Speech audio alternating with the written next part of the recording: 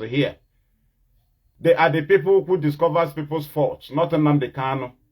They are the people who looks into matters and finalize on suspension or expelling before it will get to the table of Nnamdi Kanu. These people have been working. These are the head of departments and continental reps who have been presiding over matters and concluding on matters while Nnamdi Kanu was here without being in detention. Things have been going on, but he's in detention. The people who go do the same thing that our people did and they were suspended. People did it, they were suspended, some of them was expelled, and the Mazi can nullified every of the suspension and expelling. That is a very neglect of every arms of what is it called? Leadership of IPOB. A pure neglect. Neglect and insult. Complete insult. That people presided over organization for 5 years in your absence, and everybody that was faulty, those that are stubborn, those that risk the life of members, those that pointed hand at members and they were arrested or killed, those who killed our members because they doesn't support their criminality of Simon. Then they were suspended or expelled, and then Nnamdi Kanu said they should return all. Against to do with who? To join with people they have pointed hand for them to be killed. To join with people and to do what? You nullify the genuine stance of the people. You want to criminalize the very genuine stand of the people. People who at their hand have been soiled with blood of our people. People who have willingly destroyed our communities. Not by emergency, it was an intentional act that these people carried on terror in our communities. Some of them were financing the terror from abroad. Some of them was clapping, some of them was mobilizing through phone calls. And some of them was after the life of people who refused to join them in criminality because they call it Biafra. After these things happened, anybody that sympathizes with them, anybody that joins them from IPOB was suspended and expelled. And then Nnamdi Kanu is still in detention upon conviction. He said all of them should return and go back to their position. That is a very serious insult and neglect and complete slap to very fundamental stance of the people who said that we are here to save our people, not to kill them. Who, when we have witnesses of the killers of our people in the name of Biafra, we suspended them and expelled them and sacked so many of them. And you nullified every stand, genuine stand of the people, and you think we can do agitation under criminal gathering because Nnamdi Kanu said it's impossible. The very stand of the people is what we maintain here, and we maintain it strongly. What we say is that we are IPOB that maintain the fundamental principles of this very struggle that says we come to save, not to kill. Simon and their gang killed our people. Today, both Madam Bridget, Bridget Okafor. Bridget Okafor was among those who killed our people. If you are Biko, Emeka Livingstone, Madam Bridget, Father Dimmegwa, Aloy Ejimako, was coordinating Simon. From the conversation message of Aloy Ejimako with his Simon, he was even telling him how to compose tweets and suspend 2 weeks sit at home. They were in conspiracy of the terror in our place, and that is why they cannot allow each other to go. They must make sure they bring all the perpetrators together in the name of hiding them in IPOB, and that is why we say no.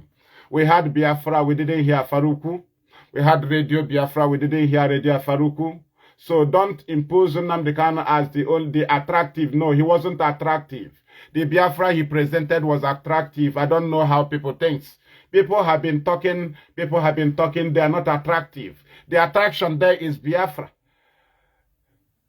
And the next was the peaceful agitation. That's what attracted us. So when you are now collaborating with criminals and you want those who came for peaceful agitation to remain with you because Onyendu said, people cannot be double standard like everybody. People who believe in the peaceful agitation, saving of the life of our people, can never agitate in any conjunction or any margin with criminals like autopilot. It doesn't matter how the person paint his face. A criminal is a criminal. Terrorist of our people is terrorist. We don't do with them. It is against the reason why we gather. So if such thing was presented to us, we cannot gather. Therefore, you cannot come on the way and you truncate the reason why we have been here.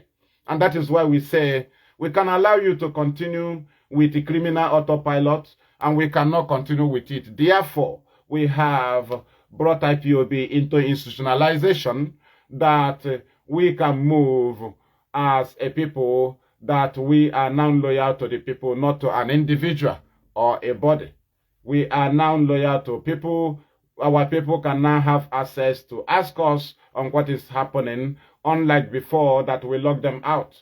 Only IPOB will talk. No, it is now institutionalized that as we confront the enemies, our people have the right to question us and to come into the matter. Today, we are... Thank you. Incoming call, Ogilama. Do you understand? So, some of you who don't even know what we are doing, at times, when they come emotionally, they'll be telling you, they will say, I will sign with Nnamdi Kanu, or we sign with US. When time goes on, do you understand? That is what we do. The best thing he gave me to do the right thing. I won't moya na akwari. Anytime name, I'm gonna him name. I'm gonna him name. Do you understand? These things name na they avoidable. But Nnamdi Kanu bịara nọzie as no ya nwawuzi Chineke. You know? So people na-eme ihe ba, gịnị ya na-eme ihe since. Ihuzie ha san ha bịara ifega asichi. Without knowing that what attracted us is the Biafra you mentioned, not you. You are not attractive. Are you taller than everybody? Are you a lakuku from Isuch? Can do the attraction none of your body? It was the Biafra you mentioned, what you presented, that IPOB will be attractive, that when you see them, you will tell your children to go and join IPOB. So if I see Gentle, if I see Simon, if I see Angel Makeup, if I see them, can I tell my children to go and join IPOB? It's very simple. We maintain what we agreed. Nobody can see Gentle, see Angel Makeup, and tell his children to go and join IPOB. It's impossible. So that thing that attracted us is what we are maintaining. That's what we are maintaining. We had the Biafra. So don't ever come and say it wasn't Nnamdi Kanu. He was the one who mentioned Biafra. We came. We came here for one hand. We answered our name. We answered our name. It doesn't happen. It doesn't happen. He wasn't the attraction. It was the Biafra that was the attraction. That is why something will happen to us. We still believe because there is something that attracted us.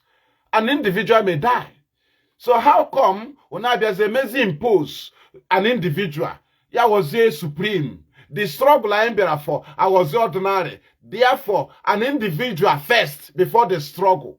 So even the lawyer, sibling can destroy the struggle. If we defend the struggle, they say you are attacking Nnamdi Kanu. So it is better they use Nnamdi Kanu to destroy the struggle. And we told them no.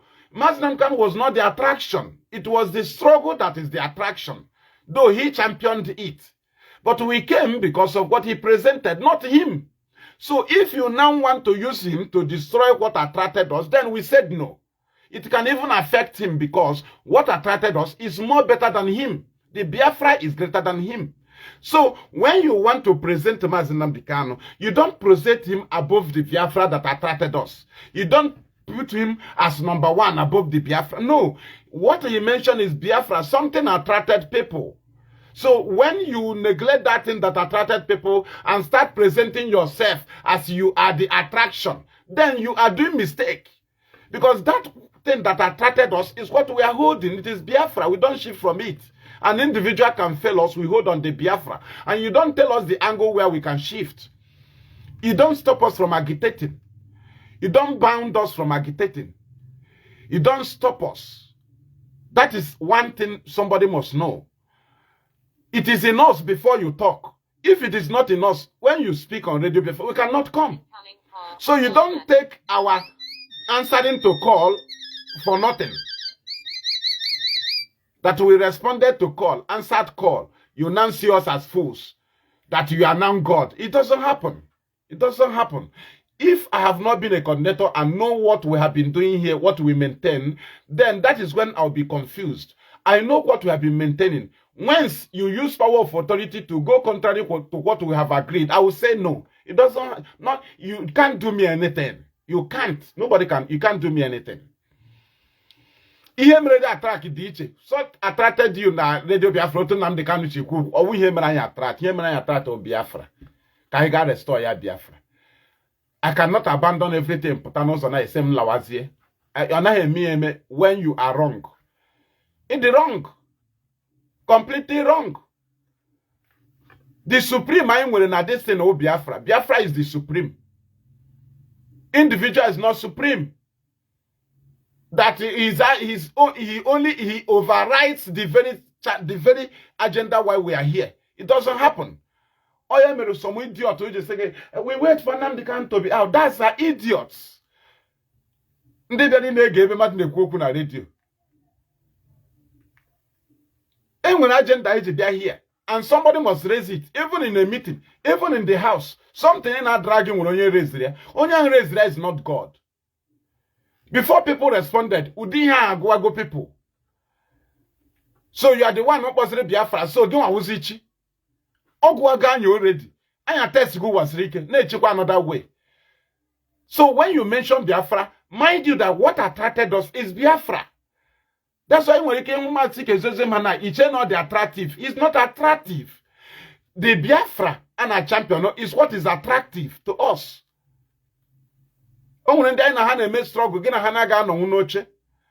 Something attracted us together. So maybe as the name imposed Nnamdi Kanu, Yad is above the struggle, above the Biafra, then you are mistaken. We can drop him and hold on the Biafra. Some of you, no, we were not foolish. We had Biafra, we came. So it doesn't say any nine rolu Nnamdi Kanu okuru makan or yon ekwu ani or akuki feko nako. Mbe enrolu ya ke okuru Biafra. Biafra is our own. And Biazie, it can't have any as idiot because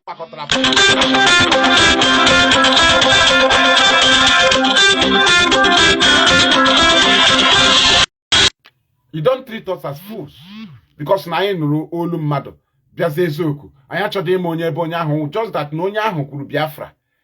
So na putazie hụzi anya as idiot. Ejireze Nnamdi Kanu lawyer ndị lawyer na ụmụnne ewerezi our struggle as foolish stand. Ekute ha sị na onye Nnamdi Kanu have the final say. Final say ka iji truncate what attracted us here. Nnamdi Kanu or the attractive more than the Biafra. Or the attractive. Ọ bụrụ na okwughị Biafra, will he attract anybody? Will he attract anybody? Have people not been talking? People ndị mmadụ anaghị ekwu okwu.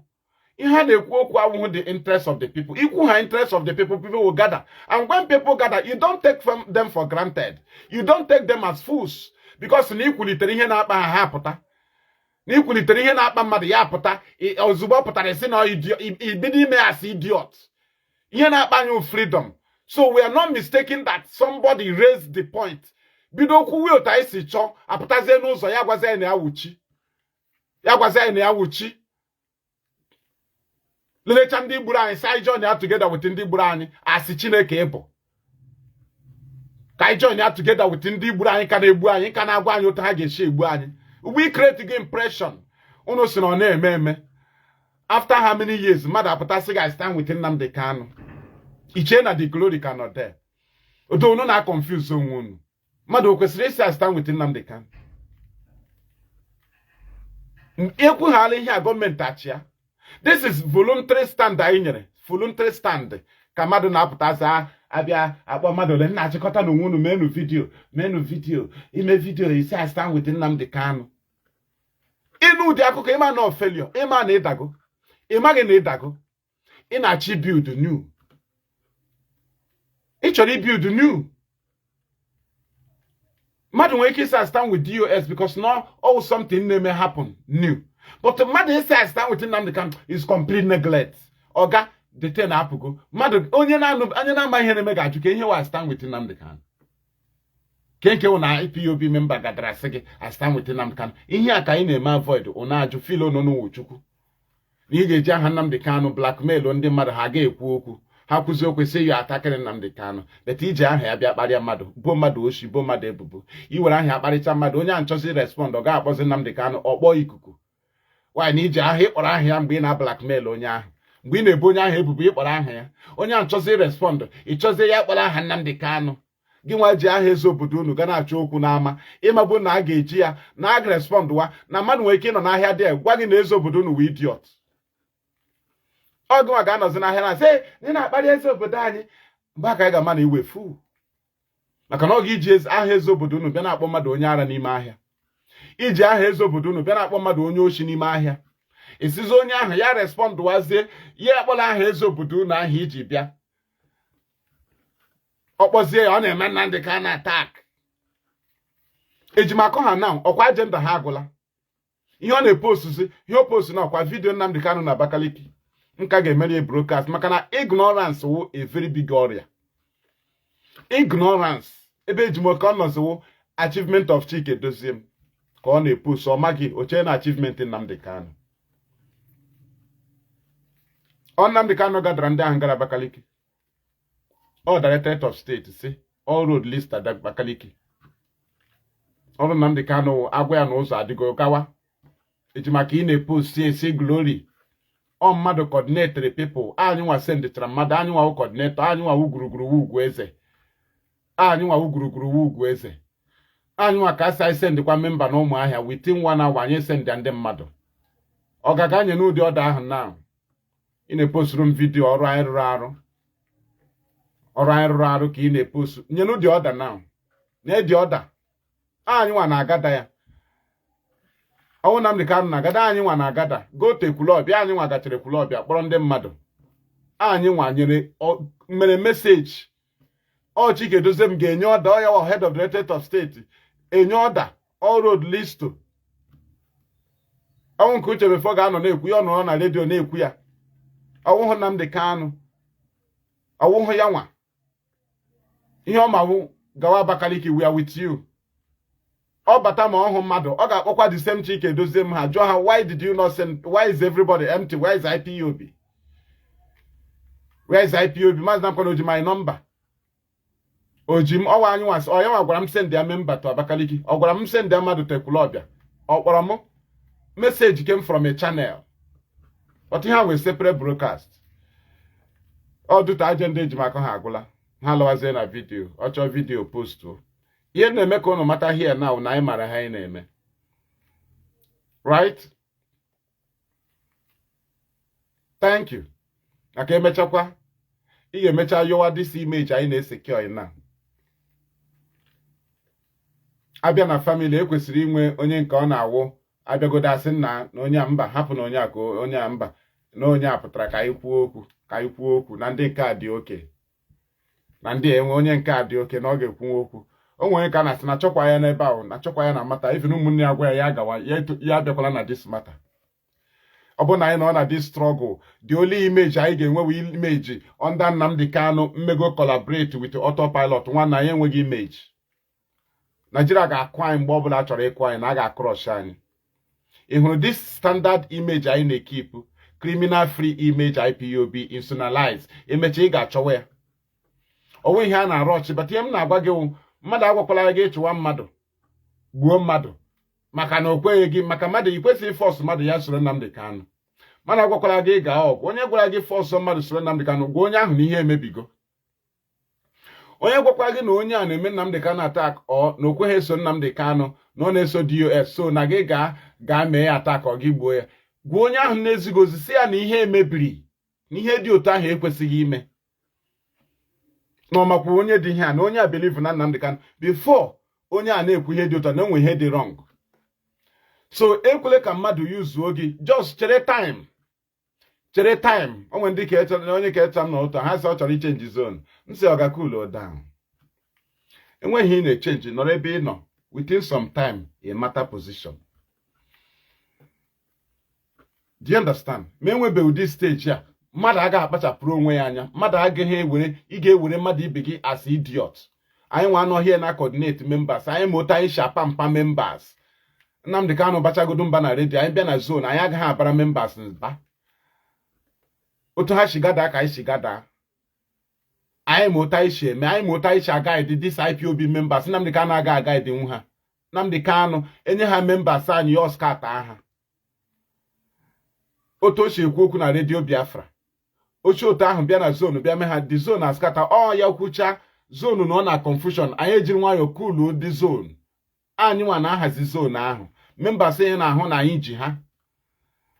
Anyị ji ha. Pụta na-ekwe akọwara unu ọfụma. Do you understand?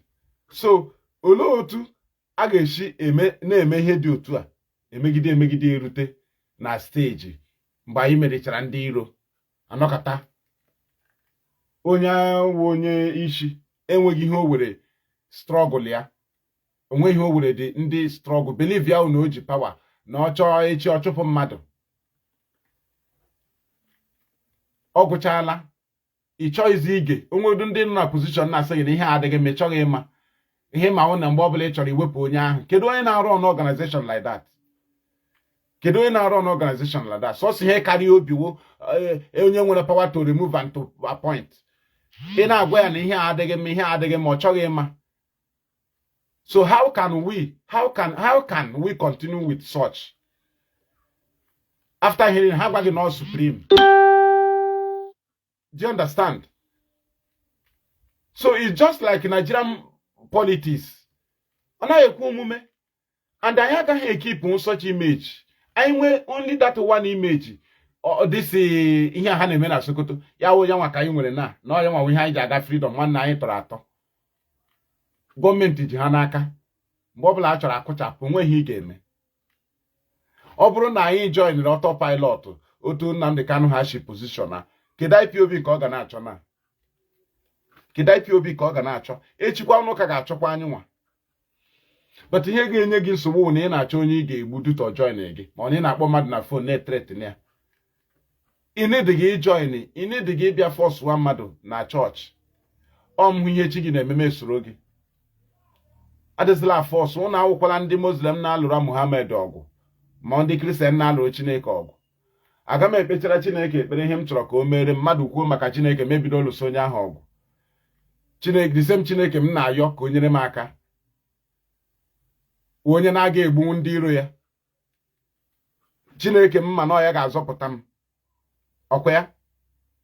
Mkpa m na-ege egbo nwere onwe m, ọgụ m na-aga alụ nwere onwe m, Chineke ga-alụ m ọkwa ya. Mmadụ alụsawazie Chineke ọgụ. Isedi m ga-echere Chineke ka ọ lụso onye ahụ ọgụ, ma aga mụ na onye ahụ lụọ ọgụ m gwa ya na ọ na-akparị chi m. Ịma na iwe fu. Ọ bụrụ na ị shichara ike otu a ịlụrụ chi gị ọgụ, gịnị mere iji ayọ chi gị ihe? Ịma na iwe fu. Mmadụ na-alụrụ Muhammad ọgụ ma alụ ọgụ na blasphemy Muhammad ya ga-agbuo mmadụ. Muhammad a nwere power mmara na blasphemy ya, gịnị mere obu ụzọ gbuo onye ahụ? Ị lụọrọ Jizọs ọgụ na ya nwa na-egbucha ekwensu niile, gị na-alụrụ ya ọgụ. Ịmagbu so onwe power igbu onye nke a, beta ọ ga-egbu ekwensu. Ị ga-anọkwa ebe ị na-alụ Nnamdi Kanu ọgụ igbuo mmadụ. Unu change mentality unu. Onye na-alụrụ chi ya ọgụ, chi gị enweghị ume. Ị na-alụrụ chi gị ọgụ, chi gị dị useless. Ọ chi gị kwesịrị ịlụrụ gị ọgụ. Agwachaghị otu Chineke esi dị, mmadụ apụta kparịa Chineke, ị kwesịrị iwe iwe. Ọkwa agwa gị na o nwere ume, na o nwere ike, na ọ na-efere iwu ya, which means ọ nụrụ mgbe onye a na-akparị ya, o nweghị o mere, ọ gị nwa na igbuzi ya na ọ kparị chi gị. Gịnị ya alụwazi ọgụ? Why o ji akparị chi gị? Ihe eji ekwu maka Nnamdi Kanu. Gị nwa na onwe Nnamdi Kanu na-ekwu maka Chineke na Baịbụl, ekwu onye ọbụla, ekwu maka mmadụ niile, egburu ya. Ndị na-alụrụ chi ha ọgụ, ị ga-eji na aka Nnamdi Kanu na asị gị ga-achọ mmadụ gbuo, igbuo, echikwa esikwa na ya ga-enwetara Biafra. Nwaanyị na ogbube Tinubu. Ogbubeghị ndị a niile, Nnamdi Kanu egbubeghị, ogbu Nwike, ogbu Hope Uzodimma, ogbu Dave Umahi, ogbu Willie Obianọ. If steeti ha vicha moto nyecha ha ego after ọ kọchara ha ọnụ.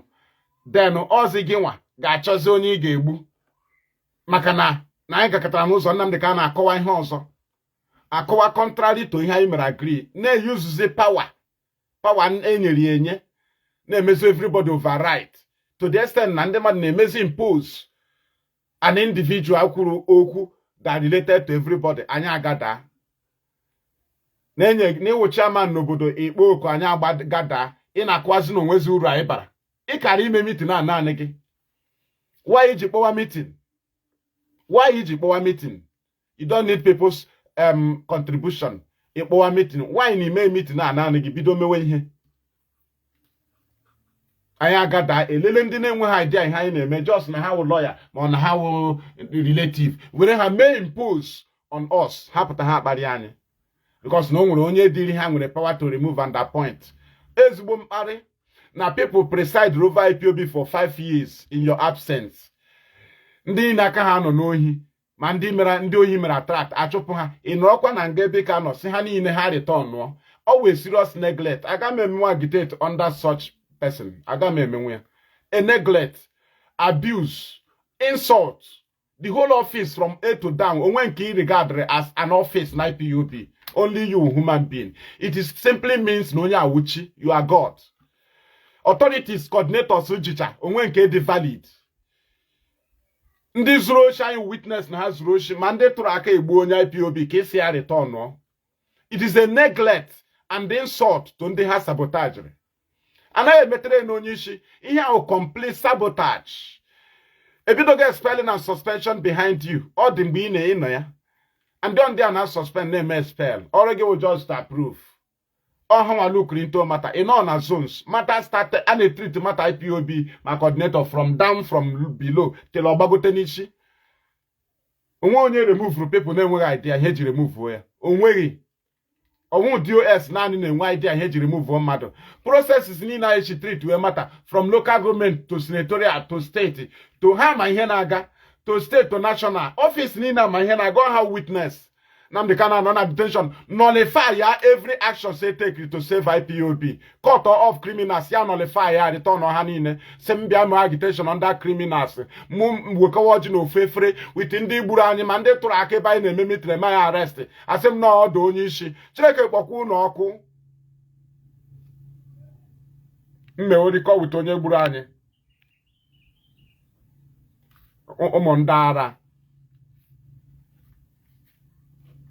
Chinam na-eme ihe nonsense here onwe ndị nwere mkpebi na ndụ ha people you don't push like that because na m chọrọ ime agitation na-elelecha onye ji egbe gbagbucha ndị Igbo asịsị m na Nnamdi dasị mbere ha together work together mee ekwete ichena m na-agba ara ichena m nwe onye ara ọ bụrụ na mgbe ahụ asị if I want IPOB is when parents see IPOB members they will take their children to go and join IPOB. Or onye hụrụ jento ga-asị mmadụ ga join IPOB. Ọhịa m na-ajụ gị. Onwe onye ga-elele change make-up, lelecha bute ụzọ ya ọsị ga join IPOB.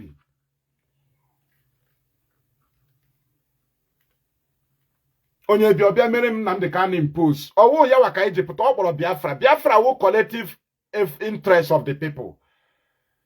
N'ịkụrụ ekwe ihe na-akpa ndị mmadụ na-achọrọ ịga rụọ briji and briji a na-enye nsogbu ịkros gaa ọrụ mmadụ asị na a ga-aga ịrụ briji ndị mmadụ agbakọ isizie na ọgị wuchi ikwulitere ihe na-akpa ndị mmadụ somebody must speak it out ikwulite ihe na-akpa ndị mmadụ people put to interest wetewe solution otu a ga-esi eme nọkata esizie ha na ọgị nwawu Chineke na bitatu na ikwutere okwu ya why iji kwutewe okwu ya why ga eme ya alone why did you not go do it alone? Why did you not go and do it alone? When people gather, you neglect them. How was it a fool? That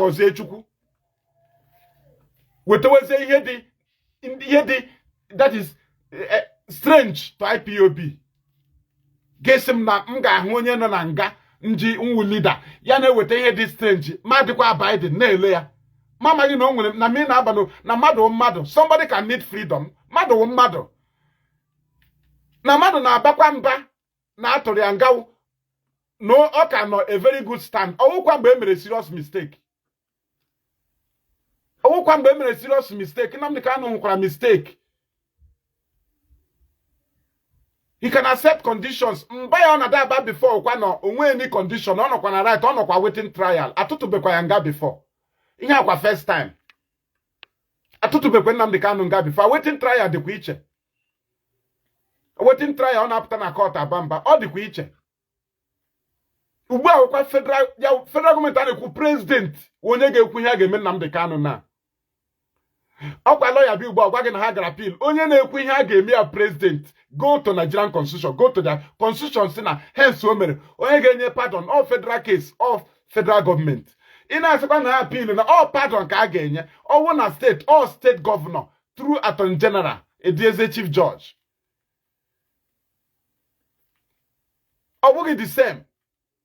O nwere ike akọwachari ọlelecha otu o si dị hụ na emego ezigbo mistake na anọ very very far hapụ akụkọ ndị lawyer na-akọ conditions abịawa ome selective nke ga-adịtụ hidden ga-adịtụ somehow mara ma ọ ga-awa ọkwụnwụ laanya onye na-ahapụ Nnamdi Kanu Tinubu forget ihe ọbụla onye ọbụla ịma people ana like egwu na reality ọ ihe a ka a na-agbara ka ọ hapụ iwu somebody's subject ka ọ hapụ iwu somebody's job subject ha na-egiri all subject Tinubu go to their constitution ka agwago onye nwere right ifree ya onwe ihe appeal gị iwu appeal gị is useless ma federal executive council ekpebibegi you must accept their condition. All the issue as it stands now ha na-ewe na ha anaghị emegbu onye ahụ no court ọ bụrụ na ị nọ without trial no conviction mmegbu dị ya beta atụọla gị nga gọọmenti agụrụla aka ha na mmegbu adịghị ya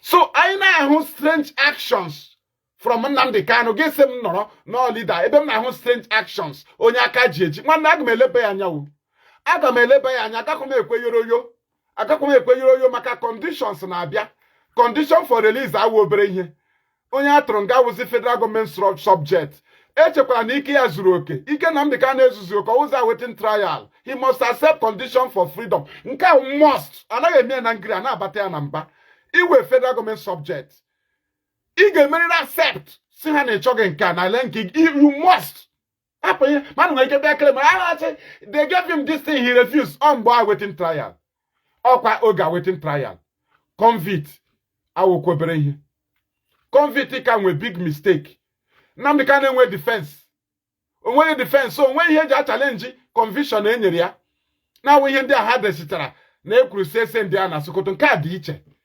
conviction or drop of defense onweghị argument no counter he never countered the whole accusation o create respect road for government create a government respect road to convict him omega argue no nothing ọbịa dị agụsha judgment n'ishia so serious mistake ndị lawyer na-agbacha ọ ya mere ejimakọ ji gaa lee wọl ejimakọ he nọ na post sympathy something ọ ma na ha apụgo appeal a na-agwa gị niile a n'olu appeal na-aga from office to office office to office office to office office to office you don't take decision outside federal government decision any office that appeal ogara must wait to hear from federal government before he decide there. After finalizing with Nnamdi Kanu on the condition he accepted, federal government has passed a signal to appeal court. We have a rush. I am a Hana and Rose, Hana to her with a distraction. Because Hamana, my head with a distraction, or take my car. Need to focus on the appeal. Now, can do my appeal. Do you understand? So, I could go appeal. How to go free Hagawage, Nahaba Mada. Because how an appeal I got straight. Appeal our federal government. So how will he distract people? You know, can a government with a condition? Oh, ya can governor such catch I told Nnamdi Kanu nga call Yama game accept the condition. On waiting trial, Yama with a condition. But I told Yanga Nigeria with a condition. On waiting trial, Nnamdi Kanu gane with a condition. Ubua on a condition.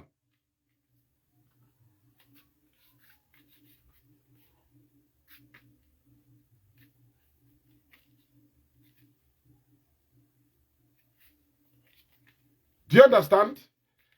So all the Kota Nnamdi Kanu na I got after struggle with Obi I need I got also your frustrated because now on a make strange things I say amba. Nnamdi Kanu kwesịrị otu ọnọ ya okulu down and chose a dopotea ya na ọ dị ihe na-adara gị power onye na-apụtabeghị power onye ga-adị authority ihe a bịara here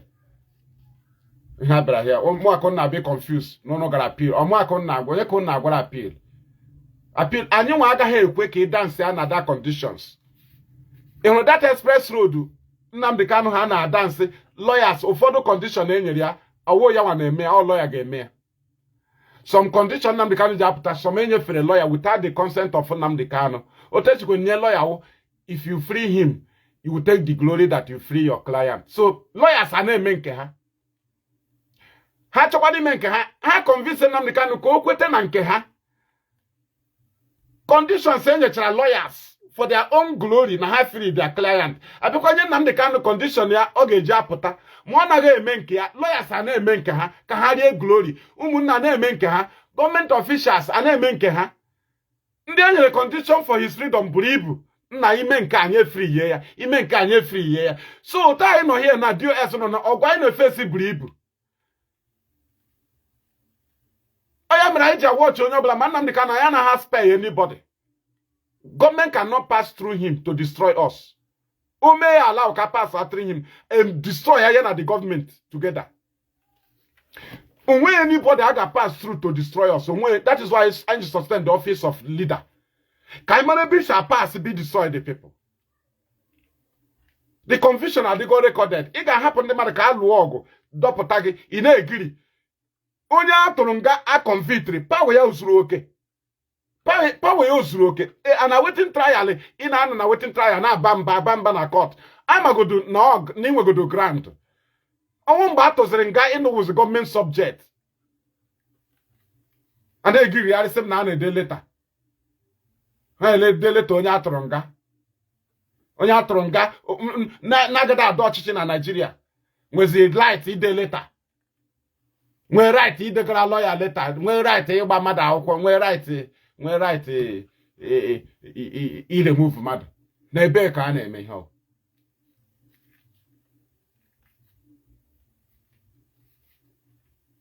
Ihe anyị na-emenwu na anyị agaghị enwe awụnye akwa anyị n'ofu basket. Duto gịnị?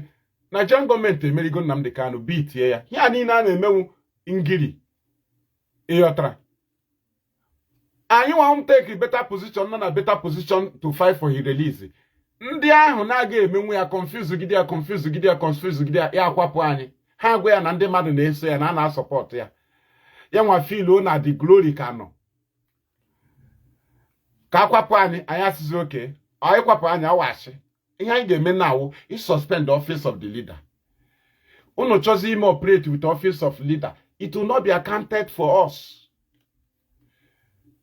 Onye nọ na mmiri na-ekuru down adọpụta ya ọ naghị anọdụ enye ọda enye directive oche adọpụta mba agara n'ime mmiri epushla ya dịka onye na-agba moto jack ya dagide achịbulite moto tiwe hapịa ahapịa oke ebule hapịa ya wee onye na-agba jack tie ụkwụ ya mekaniki na-agba jack tie moto adagide ibuli ya nsogbu. So he ga-eme bulie ya egela mkpu ya buliwe moto hapụ ihe ọ na-eti maka a na-ebuli ọ dị ya ka ọ na-adọkarị anụ ahụ ahapụkwana ya ahapụ ọ na-anwụ anwụ dọlitewe ya ọhịa Ojukwu mere ihe fem mere Ojukwu banye plane a na ma agbagbuo oge beta emerie Nnamdi Kanu ya claim wa ụmụnne ya etiwa anya hapụ ya eshoro Ojukwu brutal love enwere time ọ na-wee ruo egosighị brutal love ọwụnụ efem bịara gosi Ojukwu soft love Ojukwu ọ ga-apụ ọ ga-adị safe o ji egbe today si banye plane a na Ojukwu si how can I leave my people si ọga banye ihe apụọ here ma ọma agbagbuo gị o tezi save Ojukwu but Nnamdi Kanu nke ya mba I know all Ojukwu ihe niile mere ọ deputy ya tụdoro egbe ya pụọ mgbe ị lọtaziri akọwa ya otu aka ndị security ishe eme ọga lie down ọga enter under this place security a command command godo ọga nogodo uji mgbe emechara gị claim ọga kudu godo down nna anyị ukwu banye godo n'okpuru oche a nna anyị ukwu ọga enter pillow ọga enter toilet ọga mgbe ahụ danger adị gị hụ na security na command ọga, gị hụ na ordinary person na command ọga, gị hụ na staff na command ọga ebe ọga ga-ezo. Anaghị ekele muzi authority mgbe ahụ. Ọga ga-ekulu down ka esevucha ya nke Nnamdi Kanu. Why must you command me to lie under the bed? I'm a supreme leader. Mgbe danger dị, a na-egosi gị brutal love. Ị na-akwa onye ọbụla aka. You want to show supremacy. Unu egosi anụ supreme. Cool down ka ndị na-eche gị take action mgbe enwere danger. Na ihe ha ji bịa. Mba. Ọ gịwa ga-ahụ onye makpụrụ na mmiri na-akwapụta gị n'okpuru. Ọ gịwa ga-agwa ya ka ị ga-aka n'olu. Ọ gịwa ga-agwa ya kwasịla gị aka n'ike. I don't like the way you are pushing me. Ka ọ n'ime a na-achọ ịdọpụta onye mmiri na-eri na-adakpu n'ime mmiri bulie ya elu. Ị nọ there na complain, why are you pushing me like that? I'm a supreme leader. Ọhịa ka anyị ga na-eme because na iwu idiot. Ihe anyị zara woku Biafra, onwe okwu individual. But ọ si n'ọnụ mmadụ pụta. It came out from somebody's mouth. Bịa ka anyị sụọ obodo, bịa ka anyị kpee aja ebe a ka ụzọ obodo anyị dị mma. Ọnwụ ha anyị gbakọ gị sị anyị na-ewuchi. Ihe kwulitere ihe na-akpa anyị niile apụta. Ihe Nnamdi Kanu kwuru Biafra. What attracted us is Biafra, not him. Ịchọkwa ịsịkwawachi kwuwe ihe ọzọ na ka anyị mara ma ị ga-adị attractive. Nnamdi Kanu is not attractive. It is the Biafra that is attractive. Anyị nọ na nsogbu nụ ihe anyị bukwe n'obi sinsi. Nụta ya join ya detain anyị apụtazie n'ụzọ esizi anyị na ya amaghị ihe. Onda ka anyị lawazie ụfọdụ sa anyị lawa asị na onye nwa kpọtụrụ anyị si anyị bịa mee struggle onye nọcha decide otinye aka. So ọ bụrụ na ị dị tired ọ na ifiluru na ị ga-emeriri otu ị chọrọ ma ekwere ma ekweghị anyị emewe otu anyị chọrọ. And the people nwere genuine image to manage to use the name of IPOB ndị na-emeghị image with autopilot. Na onye na-emeghị attach with autopilot. Nnamdi Kanu and his lawyer and his present team ma ndị na-eti believe in onye ndu ha mere involved with the autopilot terrorist. So ebe ya normally e present otu ndị Igbo or the whole Biafra ha enwe legitimacy to use the name IPOB. Ha enwe the legitimacy. Ha is genuine. So how can we be running our struggle with such image that can here ga bounce back together tomorrow against us? Here ga reverse tomorrow. Somebody genye mmadụ nkwu okwu tomorrow ịkparị m ụta na-apụta n'obodo. Iwu onye oshi awa ikwuo ya gị na-eme. Okwe yọtara, okwe nweta na-eshi agwa mmadụ na village. Onye oshi. Mgbe ahụ asịra na agbagharala gị nna kesi ya agaala nke agaala. Ọ ya ga-eme ahapụ ịkpọgo onye oshi echi. Ọhị na-achọ ịgwa m. Gọvanọ sef laruo ndị meti ya na ya soto agwụkpọ ya aha iberibe ya mgbe ha na-aga skuul. Onye na-akpọcha gọvanọ ma ndị rich man unu na respect ọ ga village hụ met ya ma ọ ga-agwa nwunye n'anya doro edo ya ọṅụ mmanya gwa ya ọṅụ mmanya gwa ya iberibe mgbe o pere mpe jụọ ya maka na ịwụ gọvanọ ugbu a. Akwa ịghọtara instead ọ ga-aṅụ mmanya bịa gwa ya ọ na-agwakwa ya ọ na-agwa gị makwa nọ anya mmanya. Akwa ịghọtara ị gaghị asị ịwụ gọvanọ ị ga-agwakwa ahapụ onye iberibe ahụ beta ọnwụ mgbe iberibe gị ọ ga-akpọ gị aha.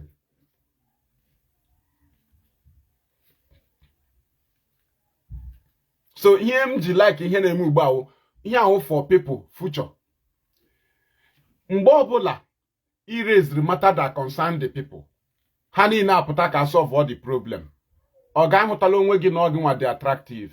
What attracted the people is what they are facing. And what you presented is what they see as the solution. Ichi respect onwe gị ị hapụrụ ha ka ha mee ihe dere ha. Ị na-enye ha directive. Maka gị nwa feel na ịdị more needed ịdịdịrị ihe ahụ more than ndị nidira ndị azara oku. Maka ọnwụ ha akpọrọ oku enwere ike ga azam ime selective.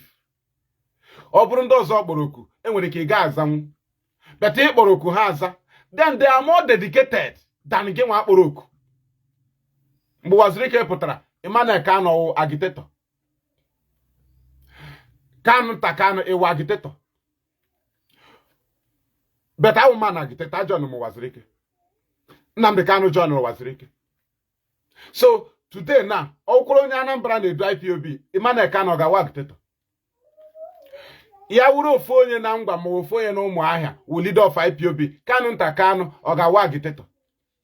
So, Kyoto now value a grade my loyalty, my genuinity with them. I am not joking. Ni wetere bọọlụ n'ime rumu nwanne Kanu Nwankwo ọghọzele player. Ịmabụ na bọọlụ nwanne ya bụ lọta. Na ị nwere ebe nwanne Okocha mfụsara bọọlụ n'ime rumu ya esizie na ha niile ụcha super ego player. Ihe a bọọlụ Okocha vulatara ka onye a vuru desa na rumu ya. Ọghọzele player. Oyi jesi Okocha pụta oyi nọmba 10 ọghọzele ọgba bọọlụ. You neglected people Zaroku. Now compare their loyalty with the loyalty of sibling. Sibling no loyalty. Na ha hụrụ na ego na apụta. Ọ bụ na ego na apụta, will they come?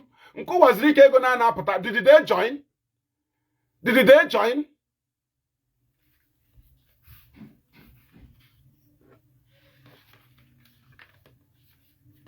Simna group of people ga-egbucha ndị Igbo. Ekwesịrị ka ha hụpụ ha ka ha kwụrụ ka Igbo na ka ụwa niile na-ahụ ndị gburu anyị anya. Nnamdi Kanu na-enye ọda CDOS ha zogbuo ndị gburu ndị Igbo n'ime IPOB. Join them together. Ọwụ asụsụ bekee. Bring them together is unity. N'ala Igbo. Maka na anyị na-adọ Biafra. Apart from Biafra, anyị ga-punish onye gburu onye Igbo. Gwazienu man individual nwere right to forgive onye gburu onye Igbo. Nnamdi Kanu individual ga-enwere right. Ojukwu na-enweghị right. Nwere right forgive onye gburu ndị Igbo. All the people they affected ga-ama otu ha si cleanse obodo ha, mana otu ha si manage, mana otu ha si erase obodo ha destroyere. Achụpụ ha n'obodo ha, damage ebe ha. Osogodo anyị the two we remain and maintain this image. The image that can stand against any allegation. Probably take the people of the East in the world tomorrow. The only genuine image with this very IPOB now. That one, Nnamdi Kanu Hajina. Ihu halafado di mmegwa hu Madam Bridget. Makwa na DSS mana Bridget na Simon ebe ha rụkọrọ. Anyị niile nọ na here na DSS ji record na anyị na Simon ha rụkọghị. Ịchọ gọọmenti ahapụghị, they will not show it to you. They will just take it to the government of the world. Here with the details, with ihe niile participant Emeka Livingstone na autopilot. Participation Ngozi Orabez, participation Ifeanyi Biko, participation Madam Bridget, participation ke ha na-akpọ ya ke ha na-akpọ nke ọzọ ahụ. Ele nke ọzọ ahụ. Madam Eriwa. DSS wetecha ya. Ihe a niile ejimako ha na-agwa Nnamdi Kanu ma appoint ndị niile kpara arụ. Ịghọtago DSS jicha details ha na ha mere involve na the terrorism. Ha bịa ha sendere at the world all their involvements. Ginwa na-aga appeal ma ọ ginwa aga na-edegara gọọmenti of that country akwụkwọ si ha free our leader. Why na ha ji details na ndị ahụ eji prosecute Nnamdi Kanu na ọ na-emezi ha point ndị participatory na the actions of the autopilot. You know, ewepụta ya n'ihu gị ibido sụwa nsụ. He got to government of the world and ewepụta gị say, look at this woman, Madam Bridget. Can you see her conversation, her call, her contribution during fundraising of autopilot, what she contributed? Look at it. Today Nnamdi Kanu appointed him women leader, but he's the one who said he don't know what autopilot was doing. Look at Emeka Livingstone. More now, I can bring you what Livingstone wrote. Well, give you the video about the Kumaka government in Ezra Simon. Do you understand? Iju ekwensu iju ọrụ ya. Anaghị eme ihe niile guy claiming. Lelekwe ndị gburu ndị Igbo ka a sị anyị hide ya n'ime IPOB. Ka ọ bụrụ na emere obe. A na-ezogbu ndị dị otu ezogbu. Hapụ ndị a ka ha dị ndụ, ha gafee atụọ ha aka si na onye agburu onye Igbo. Ị na-achọ ka ezogbo na IPOB. Lekwe ndị ochi nke ọzọ ka ezogbo na ESN. Ka ezogbo maka na onye na-achọ ka ezogbo ndị dị otu a mere involve na the thing. Ọ bụ na Nnamdi Kanu na ndị ọzọ emeghị involve, ha gaghị achọ ka ezogbuo ndị a, ha ga-achọ ka akwụkwọ ndị ọtọ. Anyị nọ Nnamdi Kanu declare Uche Lion Heart wanted, si ebe ọbụla e hụrụ ya jide ya. Ihe a jentụlụ ha mere uche lion heart omeria. The same Nnamdi Kanu put an accord to say anybody committing crime shall not go scot-free. Kedoto Chinokwa na nga lechandi anine committing crime. She said they should go scot-free. He said, come together, it is unity. Something you were supporting behind. Ebe put na camera I call him implicating issue. Anye press release condemn ha. Ejofo enye press release condemn ha. Ejimako ezie ha ozi Nnamdi Kanu ziri. He ezikwe Nnamdi Kanu ozi Ejimako ezikwe Nnamdi Kanu ozi Simon oziri. Kwazi anyi wana center as fools, as idiots. Anyị bịa anyị pụta ya na anwụ iyi. Our leader can never be involved. But it's Ejiofor ganye press release. My client don't know what they are doing. Why na the other lawyer Ejimako na ndị otu makwa ihe a na-eme. Ozoko maga ebe ajụrụ ọsị ya, I have asked my client, he said he did not send Simon. But our client sent Simon. The betrayer, the too much. May not less than 800 videos separate Nnamdi Kanu. Ya nullify ya. Nullify ya say I might together with them. Isem na mga n'ime ahịa na public defend ya gị nọkwa n'ihu ahịa dị chọpụta na imeri ya. Na m ga-adị happy with you. Ọ dị n'ụlọ ka a nọ chọpụta n'ime ahịa.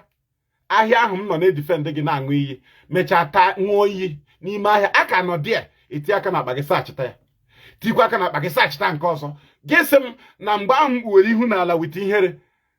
Na m were ihere ahụ lawa. Ọ ga-aga m ala wit ihere. M ga-agwa gị ihe ọbụla m ga-agwa gị de. M ga-agwa gị ya na ị dị very wicked. Maka ọwụ na a na-egbu mmadụ egbukọta mụ na gị.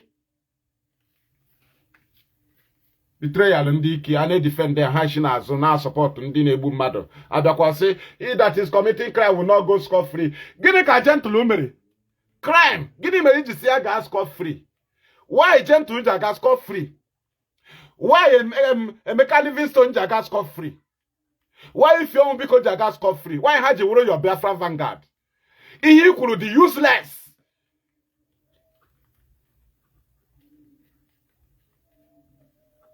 So kina unu na amata stand ndị mmadụ ka happy ịbịa ahịa na-eche na m dị emotional.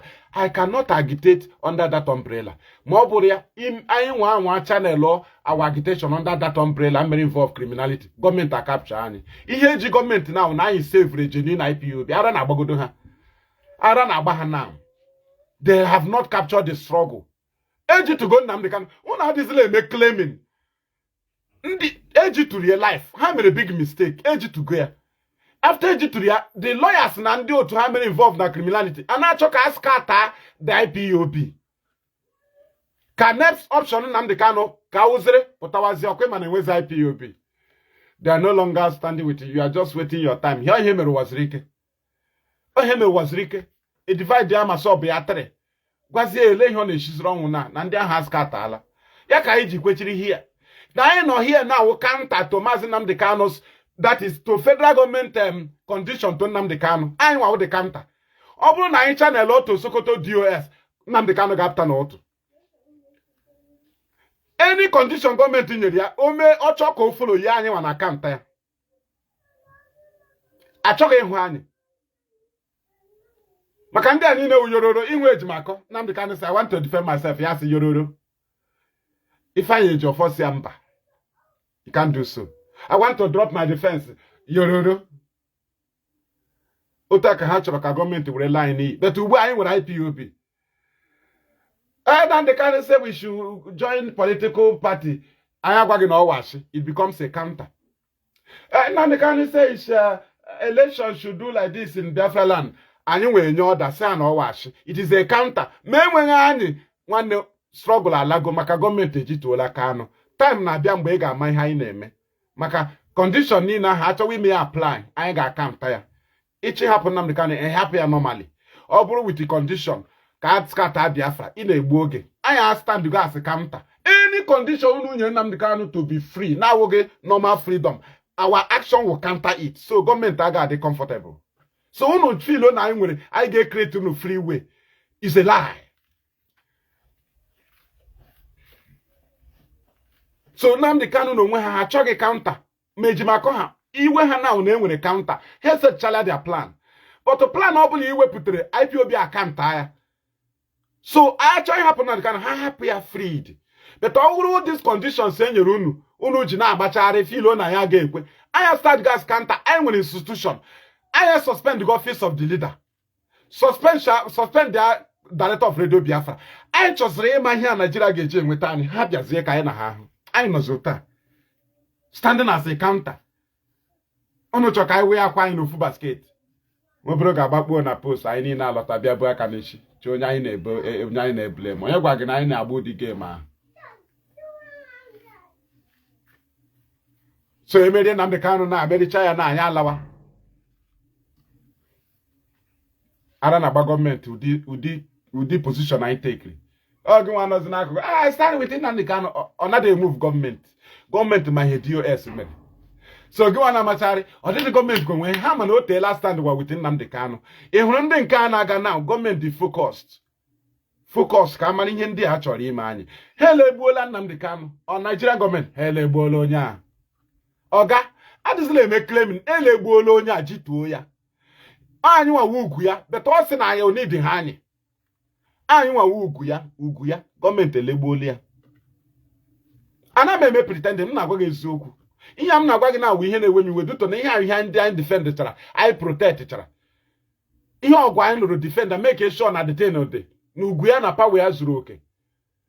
Na ụjọ ga na-atụ ya ndị na outside ọwụ ya nwa ha sị mba na gọọmenti kwesịrị na-atụ ya ụjọ direct nsị ya na ọwashi ọgọwashi gọọmenti na-atụ gị ụjọ direct ịnọ na detention ha any gọọmenti gị na detention mana ha ejitugo gị ha na-atụzi gị ụjọ ihe ha na-atụzi ụjọ ihe so gị n'azụ onwe ihe na-eme outside gị bịazie na-agwa anyị na ndị na outside Nnamdi Kanu na-eme ka amata na ndị na outside awụ ihe na ọya nwa onye ji pawa mgbe ahụ ka ọ lara onwe ya n'iyi anyị agba mbọ si ya nna anyị ukwu ijighị pawa hapụrụ ndị na outside pawa na ọya nwa ga-awụ ugwu gị gọọmenti chọọ imegide gị ha echeta na ha megidegodu gị na pawa ka na outside but ijiri pawa dewe ihe ha mara na ha ga-ejitu gị jituo pawa na onwe ihe na-eme ha mee insist anyị agwa ha na ya ga-enye ụnụ pawa na nga. Hey, is the one commanding. Is Oga leading is different from commanding. Ndị a na-edinye to go and they do something. Ọ mmadụ na-lead ha commander ha to. Or somebody lead ha di ha commander. Ọ commander ga na communicate gị gwa gị situation on ground. Ọwụ gị nwa. Ọwụ Nnamdi Kanu ga-anọ there gbaghara onye zuru oshi. Ọwụ ya nwa. Ọ commander asịkwara gị na onye awụ onye oshi na ọ ka dịkwa ready igbukwa onye ọzọ. Isi mba na gị nwa anọ there.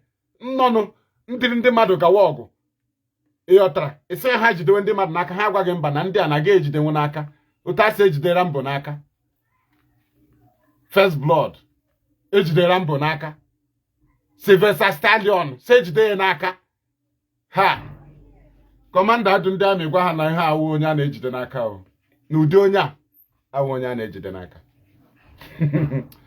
a na-ejidekwe Sylvester n'aka o Stallion Rambo na-enweghị afọ dị onye amị na-agwa ọga ya ọhụkwụrụta onye ahụ dị na onwe dị afọ lara ya n'obi na ukwu ka o nwee wụra mbọ isi ejide ya n'aka ndị amị nọ dị agbawa egbe ha na-agba egbe na onye a na-ejide n'aka gị nwa nọ na ọfịs na kọmandị ha si ha bịa jidere mbọ n'aka jiri aka gị bịa jidere mbọ ka ịhụ na chọrọ ụnụ ọsara ahụ ọsọ ebe 1 anyị gaa lee ma ha ebidogo ụnụ alọghachi bịa gwa ya nwa ọ gwara anyị mgbe gaa sa na ahụ ụnụ ga-adị ụta.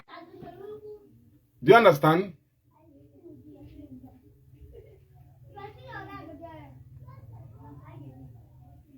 Gọọmenti emerigo Nnamdi Kanu ha kpọọ ya ma ndị lọya ha enweghị ume ị na-anụzikwa olu ha somebody bịa na-aghọgbu onwe ya mụnwa ka ị na-eme obiọma mụnwa amanya kesi na mmanya kesi za kesi mụta ya mara anya ya mara ebe ihe ọbụla na-aga anụgo m na nga anyị nọ wit lifers ndị atụrụ nga mkpụrụ ọka nọrọ wit ndị amara ikpe ọnwụ ebe m nọ maximum prison Enugu maximum ebe ndị ikpe ọnwụ na-anọ ọwụ minimum a na-edo ndị amara ikpe ọnwụ na minimum prison. So any prison experience a ga-enwe n'ụwa enwechala m ya n'Enugu maximum. Then aga m ibe akwa aga m ịmụta ihe gachapụta n'ọzie ka lọya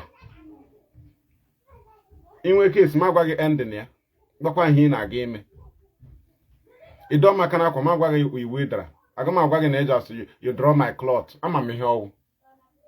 Give me a statement na police, I'm a him got where. And I'll get to go. Oh, police got bucket in Nako, you know this man. You should say, is he serving a lawyer? Or is he a lawyer? Or is any. But because what that man wrote is different. And how you can police in a way. You don't have a jog who you be. I won't have a stroke back. No, here on your simple. So, one more lawyer, Jim, I can't be able to ask through Beke as for American English. Eso chaya something in manner. Uzubo, gina federal government to two a case. I would the case in American case with ordinary people, one case with federal government. Federal government, a toy anga. Onye decide Oto Shala now president of Nigeria.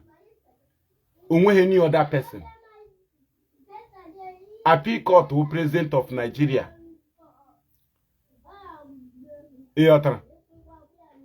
What Ozokome went for appeal is for trashing of charges. Trashing of charges. Oga appeal for a convict. Ozokome went for appeal for the remaining 8 count charges. But Oga's ready there. Appeal stroke out the charges, discharge the man. Because Ozokome was expecting, if they trash out the remaining 8 count charges, we return back to the court of Bintanyako and we would now see that the case file is empty. So he wants to empty the case file. He have already destroyed 7 in Bintanyako's court. Now took 8 to appeal. If you don't appeal conviction, na appeal of trashing of charges or stroking out of charges, not the same. Appeal of convict on a state case is different from appeal convict on a federal case. Not just federal case, because federal case is different categories, like only with electric wire or federal case, but federal government president is not interested. Or vandalization and economic sabotage. Onye gara mmụọ mma na krota ma ụgbata ya ọkụ na krota, vandalization and economic sabotage. Enwete gị na pipeline or anything, vandalization and economic sabotage. And these things are federal high court and all federal cases. But not the president case. Or who case the president? Attorney General na ahụ with ndị ọrụ ha. But this case of Nnamdi Kanu, a federal government case, president case, and with other federal cases now president case. Do you understand? And I get treaty case in the vandalization, in the grand pipeline, in a news. Oh, when the federal government they treat here, but on there how only when the subject government to Otatumpolo Hano. Do you understand? How their subject. So Nnamdi Kanu Ozbaha to the anger on terrorism or President Gay decide. How does that true nation? Now, Ikwesigi a happy way counter image. Ikwesigi. That is why DOS Magic Dozem Nelidi prepare a counter image. Because somewhere I got Chikota Gida Kwa in full basket within Nnamdi Kanu and the lawyer name.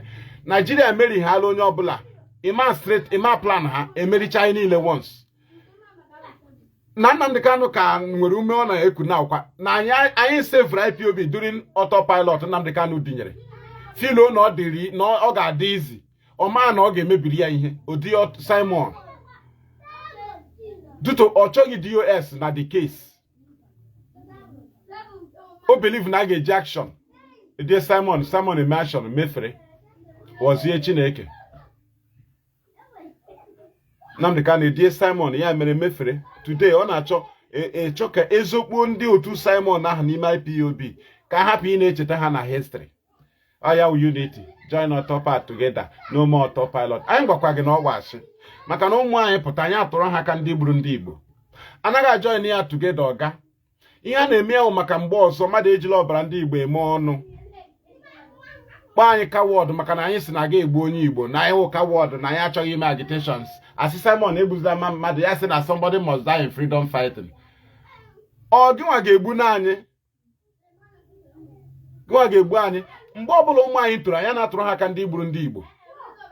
So a sịkwara na a ga-eji power for onye ndu Nnamdi Kanu se Nnamdi Kanu enweghị right forgive ndị gburu onye Igbo on behalf of ndị Igbo and egburu ndị Igbo a n'aha Nnamdi Kanu, free Nnamdi Kanu. Ọ bụrụ mụnwa aga m etinye ọnụ kpaka m maka onwe onye nụrụ ya na-aga asị na m diri ha maka ịnọrọ na level nwee good status nwanne gị mee involve na criminality ị gaghị apụta openly. Anaghị apụta openly, a na-edie mmadụ. So olee otu ndị mmadụ si jiri aha gị jiri free Nnamdi Kanu gbuchaa mmadụ ya wụrụ gị nwa na-esettle the matter? Do you want to provoke people? Ọwụ gị nwa ga-esettle, ọwụ gị nwa ga-unite, ọwụ gị nwa inwe right itinye ọnụ na ya. Ọnya ka dị open. Ndị ọzọ ga-ekwuchitere gị ọnụ gị and they ekwuchitechara ọnụ Nnamdi Kanu ya bịazie na-emezi otherwise under na ọ chọrọ ime unity. They want to fight a common enemy. Today people are now attacking him direct on the activities of Simon. On the activities of Simon anyị defendichara ihe a na-ewepụtazi na asị crimes of Nnamdi Kanu ihe niile gentle ha mere. Why na anaghị ewepụta ihe IPOB mere under Chike Doziem? Ihe a na-ewepụta ihe mere under Simon. Onye ọbụla na-ekwu okwu nwa onye Igbo si don't leave Nnamdi Kanu, kill him or do this. Ihe a na-refer to activities of Simon, not IPOB activities. So why should somebody eji gwa m na onye nọ na nga dị otu ahụ eji aha ndị dị otu a na crimes ndị dị otu a were even prosecute na court na onye na ọ dasa join ya ndị a together maka na-eme ya ope akamama na o nwere ebe mmiri si banye n'obi gbogodo na Nnamdi Kanu ji anya doro edo si ajoin ya autopilot nlara ala Igbo n'iyi ajoin ya with IPOB ọdụ o nyere Chike Doziem ha ajụ gị sị m na leadership dị otu a kwesịkwara ị na-egekwa onye a ntị ha ga-ama na enwego problem. Nnamdi Kanu enyekwa ọda si Chinasa Nworu ya join ya gentle ha ndị ochie niile with ESN ha ajụkwa mgbe a na-enweta ọda dị otu a brain gị kwesịrị ịgwa gị na enwere something ogodo na onwe ihe Nnamdi Kanu nwere ma na onwere na onwe ni betrayal about it ma na enwere problem. Gịnwa nna outside mmarụ ndị a kpara kwesịrị ịma na enwe problem na anaghị eji anya ọma asị rụkọ with autopilot. Enwe onye ga-eji anya ọma eme ya ma ọ wụ under condition mara na ị mere involve and ndị ahụ na-threaten gị to reveal to some secrets or they give you condition to join them with IPOB. Two things must be involved. Ị gaghị asị join autopilot with IPOB with anya ọma asị either na-eji makọ ha mere involve na some people mere involve ma ụmụnne gị mere involve na-eme gị injinia asị gị no the condition gentle ha na-enye you must join them with ESN that they cannot stay like that. Ịkọwara Chinasa Nworu ha ị ga na-enye as authority because the only two conditions can move Nnamdi Kanu say join with autopilot. Either na the autopilot nwere ebe ha jideshiri ike si na we will give it to government na ime involve or na yawa na onwe ya chọrọ hide ndị o ji rụọ ọrụ. It's very simple. If not ya remove ọnụ ya na aha ya na ihe gbasa autopilot. Apart from this o mere involve na yawa. So ọ ya mere ihe ndị a m na-ekwu na ọnọdụ ka oat maka ihe ga-esave m na m separate Nnamdi Kanu bịa chọpụta na aka ya dị ya mebiekwa kwuwekwe ya onye ga-esave m onye ga-eme gị genuine onye ga-eme gị obi shi ike maka Nnamdi Kanu ka ọ dịrị ime sure na o meghị ka ndị mmadụ nwee ike mata na o mere involve na autopilot. But lawyer ya ga visit ha sị and they say no more autopilot, everybody should come together. Ọmụa ka ị na-akọrọ akụkọ ifo emekwara family ghere ọnụ onwe family ha gbukpọrọ ka ị na-akọrọ akụkọ ifo ka ị were toothpick na-apacha ọnụ na-agwa m no more autopilot.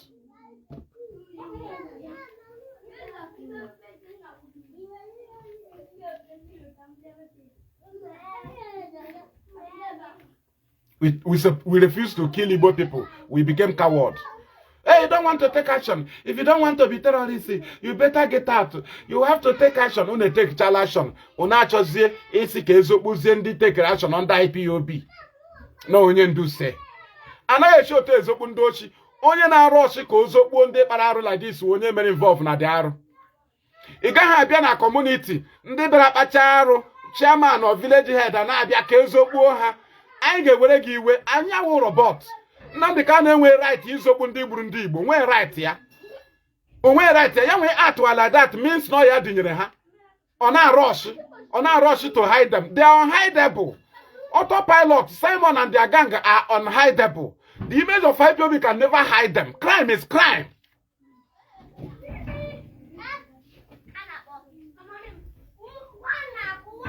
Crime is crime. I know I very stupidity here. Come man on your more. Man on your more enjoy. Kota mu ana na-eme religion believe na nature. Ichena m ga-ekwu unu kunu tim na ọnya mmụọ. Something m nwụchara iyi ime mbịa chọpụta na imere ma ga-ejikwa ọnụ ma kwupụtakwa ya. Ha. Mara na mụ short uchara mmadụ niile wofu. Lekwa aka m. Lekwa ya. Onwe onye ga-esite na ya. Ọ bụ na m ekwughị ugbu a unu pụtara openly si na unu ọtọpala ọrụ kọrọ ọrụ. Ma m ekwughị ugbu a Oka jikwam.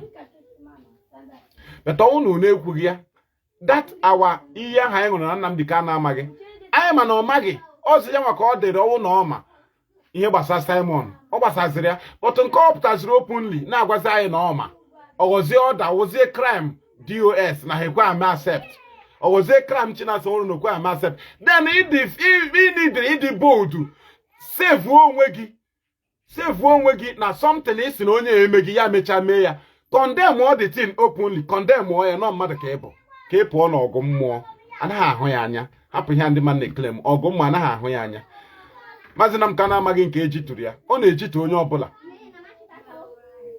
ihe mmadụ ji aga nga aida nke imetere mgbe ahụ ka aha na-ebo gị ọnọ nke imere before anaghị aga nga n'efu ịghọtara aida na o nwere ihe imere la free ọzọ ị ga-eji agazi nga wee ebubo ụgha ihe ị na-agagide nga ya nke ahụ i mere la free ọwụ nke eboro gị ebubo beta ejizi aha nke eboro gị ebubo ị na-aza nke i mere eme la free ihe a natural law do you understand anyị gachara nga wite ebubo mụ anọkwa na nga na-epirichi ha sa na-enwekwara ike ya wụ na o nwere ike mmere mbịara ịza punishment ya beta o nwere ihe a ga-akpa aha charge iji bịa ife the punishment anaghị agbanarị ya law of nature anaghị agbanarị law of nature m na-adịrị ya careful law of nature ọ ya na-eme nwere ike ime even ihe ma nwatakịrị na-emejọ ihe na nzuzo Igbo ya law of nature nwere nọ dị na-ahụ gị beta o nwere nature na-ahụ gị ọ dị ihe ịbịa kpọwa Chineke na-ahụ gị nature nọ dị life nature ahụ na-ahụ maka udu mmiri ọkọchị ihe niile ụgụrụ anwụ ihe niile all that nature ya kpechacha gị ikpe mee gị ihe ọ ga-eme gị gaa confirm mụ onwedị ihe gbasara Chineke even according to ihe dara na Bible ihe ọ rụrụ ọrụ 6 days edekwara ebe ọzọ bidoro ọrụ mba which means ọ rụchala ọrụ kwa m gwara Reverend Father dị na-akpọrọ Chineke firi na ọ na-arụ ọrụ na ya sị ma Chineke ọ na-anwụ anwụ m sị ya ka anyị gaa na Bible ọ rụrụ ọrụ 6 days zuzie ike ọkwa ya ngwa gosi anyị ebe ọzọ bidokwara ọrụ again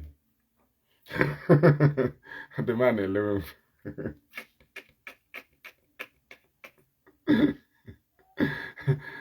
nzi a na bido ọrụ again na o keziri ọrụ n'aka ndị angel na-enweziri angel na-ahụ maka udu mmiri nwere nke na-ahụ maka ọkọchị nwere nke na-ahụ maka ụgụrụ nwere nke na-ahụ maka ihe a kọrọ n'ugbo ozugbo ikpebiri na ịkọ ọrụ ugbo angel ahụ abịa gọzie ya ya wụrụ ụlọ ka ị na-arụ ya minister of works ọbịa gọzie ala right so nọọ ndị n'ọrụ ọ wụrụ maka ịmụ nwa angel ndị ọya ministers na Abuja ọha maka na-ahụ maka ya ịghọtala so ya wụrụ agriculture ọya ka gọọmenti nyecha minista according to Bible nọzọ ọrụ ndị a na-eteki rekọd ndị a na-ahụ maka ụgụrụ ndị a na-ahụ maka udu mmiri ndị a na-ahụ maka ọkọchị so elezia nke Chineke na-arụ ekeela n'ọrụ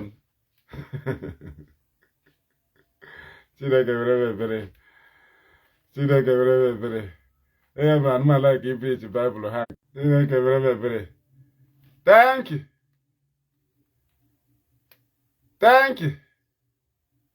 I jivad n'ala 2015 na-akpọ Nnamdi Kanu Moses mụ amabedo anyị nwa na-alụsakwa ndị ahụ ọgụ gwa ha na Moses erughị na Nnamdi Kanu ga-eru anyị asịbekwe na oruo bọtụ o kwesịrị na-edoga anya right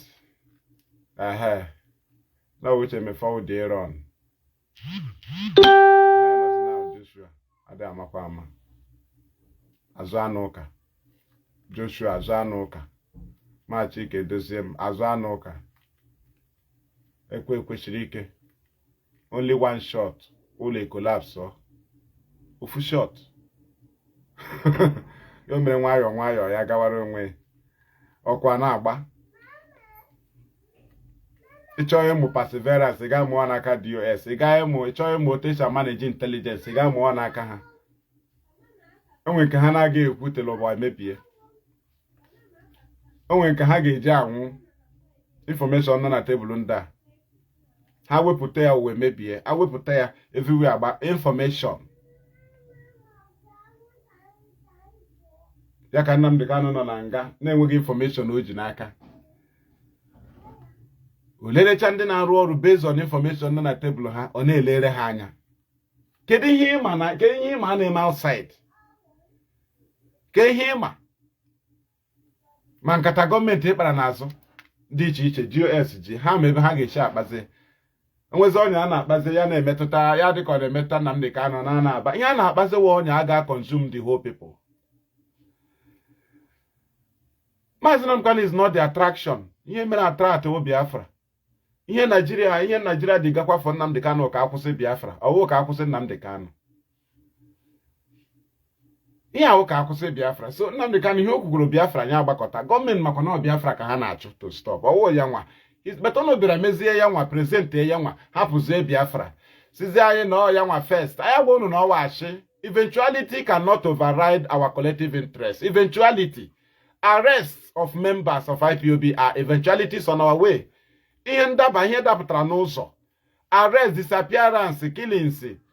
Ọ gaghị eji maka na egburu mmadụ adrop agitation chọwazie maka onye egburu. A ga-eji na o nwere burial onye memba anyị na-aga. Anyị eme policy ga-emegide the struggle. Instead the burial anyị na-aga onye nke anyị ga-egbu the struggle. Edogodo the burial pending. Lawyer bịa present anyị oli Nnamdi Kanu because no ọrụ ya. Anyị nwa na-present Biafra and free Nnamdi Kanu ha sị mba. Siblings present only free my brother. Anyị agwa ha na ọwashi. You must present Biafra. You don't neglect the Biafra. Nnamdi Kanu is not attractive. It is the Biafra he mentioned that attracted us. Because now in a condition. So, Nejidre Nnamdi Kanu say may abandon the struggle, focus on only free him. Then what will now attract the government? Can you get the government attract? If Nnamdi Kanu comes out and the struggle is destroyed, he becomes useless. He's an individual. The attraction is the project. So the project is what also attract the government to go after IPOB members. All these IPOB members, government now go after them. What is their surname? What attraction do they have? The attraction is the Biafra. The attraction the IPOB coordinator is the Biafra. Akwa the Biafra men attract Nnamdi Kanu. The Biafra men gada, not Nnamdi Kanu. It is not Nnamdi Kanu that attracted the arrest of IPOB member. It is Biafra. So they want to stop Biafra. So why should I follow a lawyer to take glory of freeing a client and destroying the struggle? Why should I listen? When I know that your agenda is just one. I have two. I must restore Biafra. You don't have to restore Biafra. You come to free your client. You are more dangerous to me. Because you have neglected what attracted us together. Yes, focus only free Nnamdi Kanu, may Biafra abandon. Ndi ka eji okwa Biafra ne guy IG na achọ for mpụta ha. Sibling chọrọ free my brother. Ha chọghị ịma ihe ga-eme struggle. All their actions is negative to the struggle.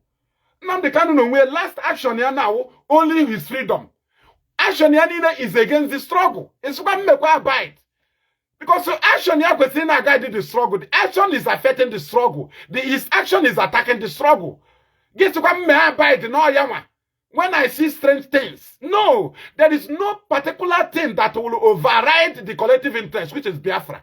Not even detention, not even anything, not even arrest, not even burial, not even disappearance will affect our collective interests. Biafra. Why should you replace eventuality with the main objective?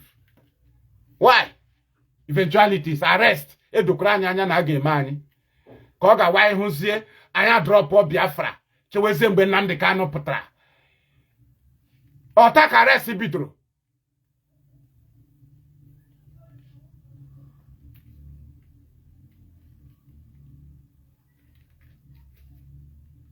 Now leave Simon, focus on your leader. Simon nakwa ha egwu shovel n'ukwu ụlọ foundation IPOB. Simon nakwa ha elu okwute na glass IPOB. Simon nakwa ha elu okwute n'elu roof anyị. I say we leave him now. Simon is not the case. Focus on free Nnamdi Kanu. Go and free your leader first. Mse na ewu anụ mpama, you are a fool. Ụlọ anyị na-ebuzu ndị nke anyị agbagburu agbagbu na National High School na-arụ, na-ebuzu ndị ka agbatara egbe, na-aga burial ndị ka egburu na Mkpọ, na-aga burial ndị ka egburu n'Igwe Ọcha, na-achọ ndị nke eji eji. Anyị na-ebu ozu na-arụ ụlọ a, isi m hapụ ya ka Simon kwatuo ya na mfọkọsọ na free Nnamdi Kanu. Ịma na ị nwere mental problem. Ịnọ mgbe anyị na-arụ ya something anyị na-agba ụtọ agbatuo mmadụ, onye a na-asị ị ga-ahapụ m alaghachikwa ebute ya. Ihe mgbe a na-paaki blọk, ihe anyị ji ozu ndị mmadụ rụọ ma ọbara ka esi m hapụ Simon ka ọ kwatuo m gawa free Nnamdi Kanu. Ogugba gasịkwa m Ejimako is his lawyer, ma hapụ Ejimako ka o mebie my effort because no lawyer Nnamdi Kanu. Ichere m dị mad ma ọ ma hapụ ụmụnne na m ka ma ọ Nnamdi Kanu ma hapụ ya ka o jiri maka freedom ya destroy ya my effort because you did not sow any seed here. Onwe anything itinyere. Engage happen individual. Somebody atụrụ nga mana you must accept condition to be free. Or chere ka inwete Biafra. Or government free. He become a federal government subject. Enyecha lawyers condition to free their client. Later siblings condition to get their brother back. Onye ọbụla na-eme nke ya. Na-eme nke ya, work on it. Anyone na can't tire because it will affect our struggle. If they want to free him, let them free him plainly. You don't free him by destroying IPOB. Those conditions saying will not work. We stand as a counter. Oya ka ikuru. Yeah, our freedom. Ocho freedom ya wete genuine freedom, not destruction of IPOB. Na enye counter. Ndi nezuru oshi achọ return them. You want to pollute the name of the community. Ndi nezuru oshi ise alaghachi. Each or maybe the community. You have turned everybody to criminal. You don't do it. You don't. And I am with the power of authority. You say return every expel, return every suspended. You want to corrupt the image of the community. Onyoshi, onyoshi.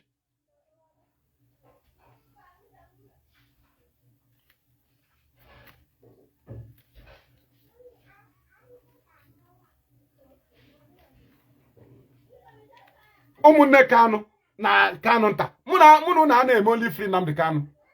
Free Nnamdi Kanu without free Biafra. Ana me. Ọpụtazu na-ebulu anyị, blame nwa anyị, na anyị nwa ka Biafra dị n'aka, na ọ na-akpọpụtala nwanne unu.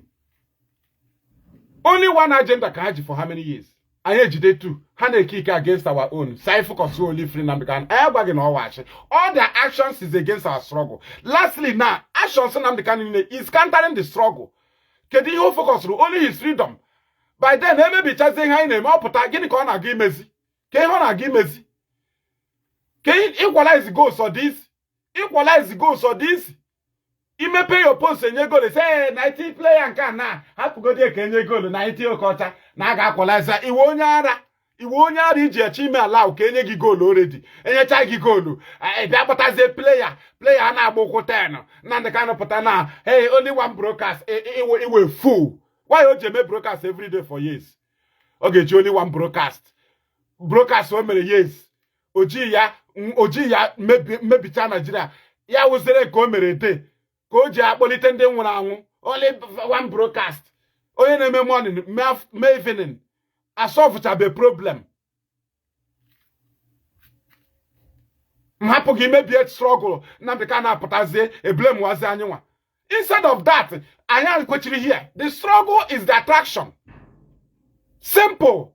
In a present trimu eventuality as number one agenda. Eventuality, o nwere ihe mere attract before eventuality. Eventuality. Aya mere mmadụ na-eji arịtụ na moto mebiri by moto ọzọ. O nwere ebe ọ na-aga. O nwere ebe ọ na-aga ọga. O nwere ebe ọ na-aga, o nwere ihe dupụtara n'ụlọ. Ọwụ moto a mebiri ka ọ bịara. A na-achọ ka arụzie moto, ọ na-echetakwa ebe ọ na-aga. Ọwụ ọ na-ekwu na agala m leti, isi ahapụgodo ebe ọ na-aga ka arụzie moto. Ị ga-emegodo accept. Kwetegodo na onye a nwere ebe ọ na-aga. Isi ka arụzigodo moto, ahapụgodo ebe ọ na-aga. Ị na-agba ara.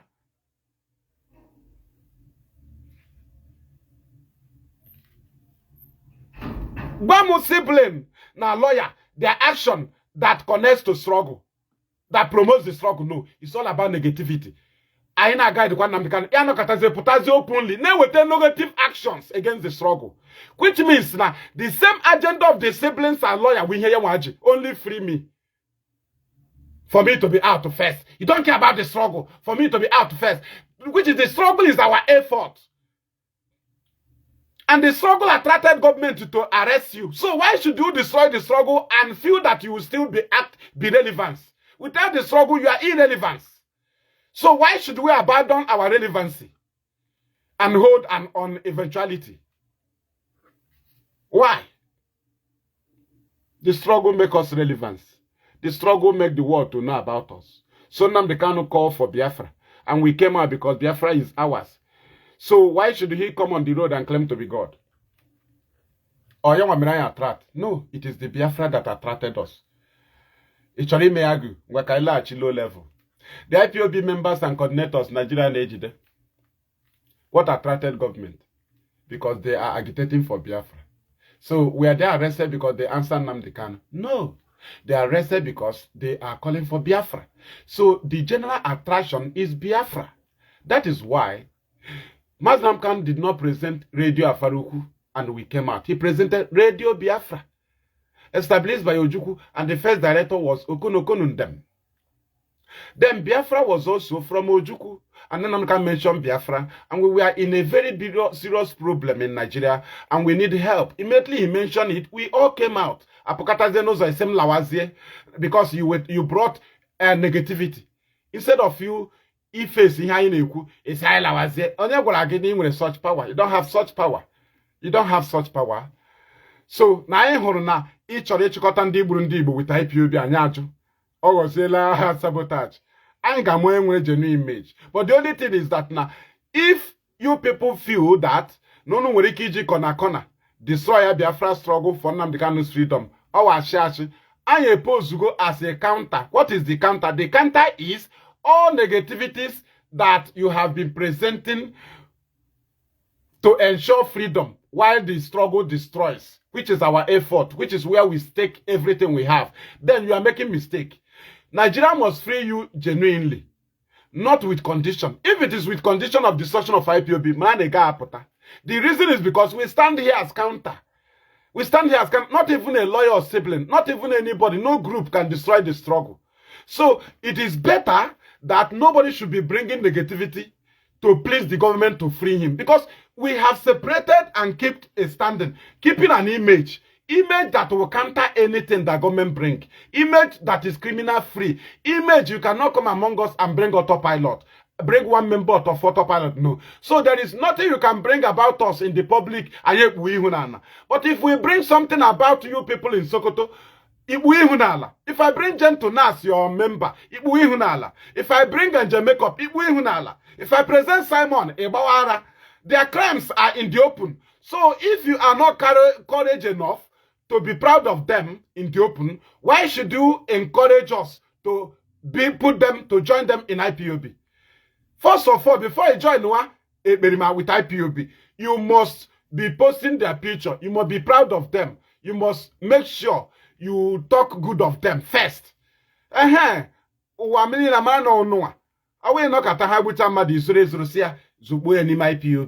is called unity to fight a common enemy. That is go one or a common enemy than Simon.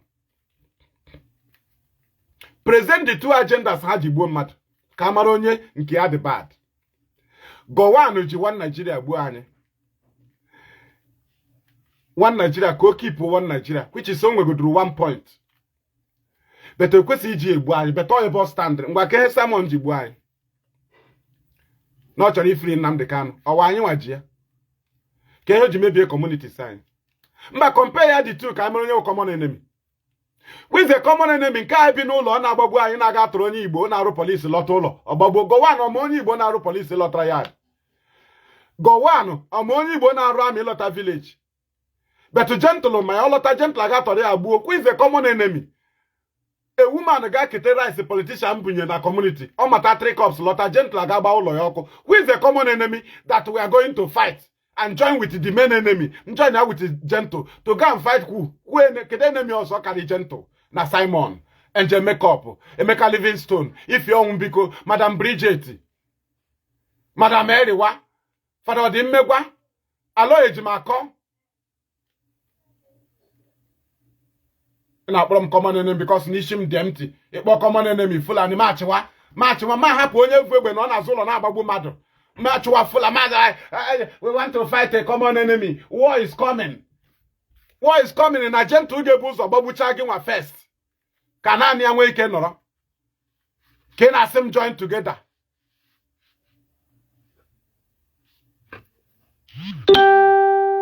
Unu uche na unu ga-eji power subdue ya anyị emechi ọnụ na Nnamdi Kanu sị work together. Anyị ga-emebochi unu.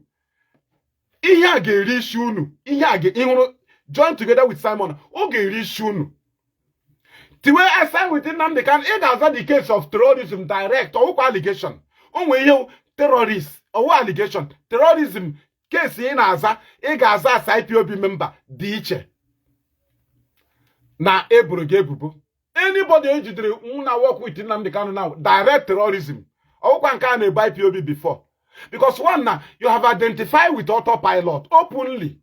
Now, unu ga send the lawyer to go and free autopilot members in detention. IPOB may abandon as Ndo Shihabu. You don't identify with criminals. Now, the same Nigerian country. You send the lawyer, kaga case of criminal ama no onyoshi, or who agitation able allegation. Maka ham IPOB have allegation.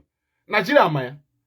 How ma kon autopilot take main force sit at home, mandi mereka snatching, mandi burumbado. Nigeria ma na detention. We refuse to identify with them. We refuse to send lawyer.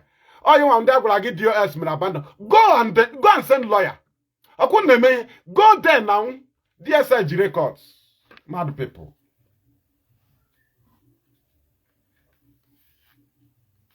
Unuche na egwuregwu here. And me emotion na mwonyara. An adult like me. Ngachara within tire puta join your freedom fighting. If you run with idiot. Putana waiting trial 2013. 2014 join us agitation. Why na mkwesiri iwe years wure bako onwe mo na so ye putara na nga so if you run am idiot.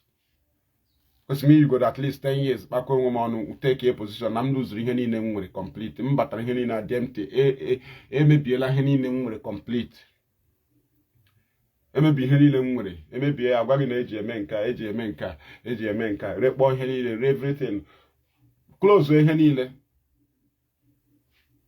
mapụta bido ụwa n'isi by struggle onye nwere ezigbo akara aka nwere ọtụtụ ọrụ a na-achọ achọ ọrụ nọ na-eche m for 4 years. Imagine somebody nọ na nga ọrụ a nọ na-eche for 4 years. Ozugbo anụrụ na onye a apụtala ebutewe dị ọrụ na ọya nwa ga-arụ nwe ya ihunugo ụdị ihe ahụ na onye a ga-arụ nwe ihe a. Hindi mmadụ wepụtara ga dewe ya chọwa another solution na ama na-eji ka m pụtara ha ga-butewezie na ya adị ga-ebutewere m n'ọmụwa ga-arụ ya. Hindi a niile arụkọtakwala m ihe ndị a drop ụfọdụ because of the struggle chuzuru sọsọ nke m ga-arụ mama nọ ya m ga-anata nwa ego ya. I dropped not less than ọrụ 6 nna anọ n'ofu workshop arụ ofu ebe ụzọ ọrụ 6 or 7 ofu ebe ka a na-anọ ibute nke a na-ebute nke onye a na-ebute onye a na-ebute ụmụ bọyị nọchi onye ọbụla na onye a na-ebute onye a na-ebute a na-arụ a na-ebupụ nke a nwee ihe m na-arụ buru ibu ana m arụ ọtụtụ ihe ndị a niile awụhụ Nnamdi Kanu ka e nyere ihe nyere Biafra agitation ọhịa mere anyị attract pụtazie n'ụzọ ya gwa anyị na ọya nwawu Chineke ya nwawuzie supreme ọwụzie Biafra struggle supreme ọwụzie Biafra ọya nwawu supreme. Therefore, young are first before the struggle. So anybody can come and abuse the struggle with the name of Nnamdi Kanu as his lawyer. You come and attack the struggle. You come and neglect the struggle. His siblings can neglect the struggle with the name of Nnamdi Kanu. Then you think we are foolish. You are making him supremacy over the struggle that attracted even the government. The Biafra he called attracted us, not him. He's not attractive more than Biafra.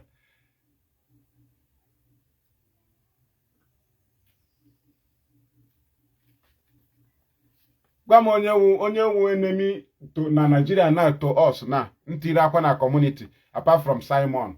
Gwa m onye wetara akwa na community. Gwa m onye wetara akwa since after the war. Kedu onye wetara akwa na destruction of community na won Simon. Kedu ahụ o ji mee ya Nnamdi Kanu. Then Nnamdi Kanu kwesịrị itinye ọnụ there. O kwesịrị ịnọ secret na ọjị. O kwesịrị itinye ọnụ, o kwesịrị ibupụta onwe ya. Maka aha ya ka eji kpaa arụ a. O kwesịrị ibupụta onwe onye na-ewe m iwe. Abịa na asị m na mmadụ ma ihe. I kwesịrị ibupụta onwe gị. Ndị ma ihe ga-asị gị mechigodo ọnụ nna anyị ukwu. Na o nwere otu okwu a si ede. Mechie ọnụ, okwu a ga-aka mma mgbe ị pụtara. Hapụ ihe unity ahụ. Okwu a ga-aka mma ka ị pụta nna anyị ukwu. O nwere otu obodo si ede. Ebe niile ga were ọrụ eze. Hapụ wee beta ya unity ya unity. Onye ndu say bring everybody together. Bring everybody together. Ha na-agụ ka ihe a kwuru na eletrik. Chee na mmadụ niile nọ without conscience like them. Ọwụ mmadụ niile nọ without conscience like unu wawu ndị oshi.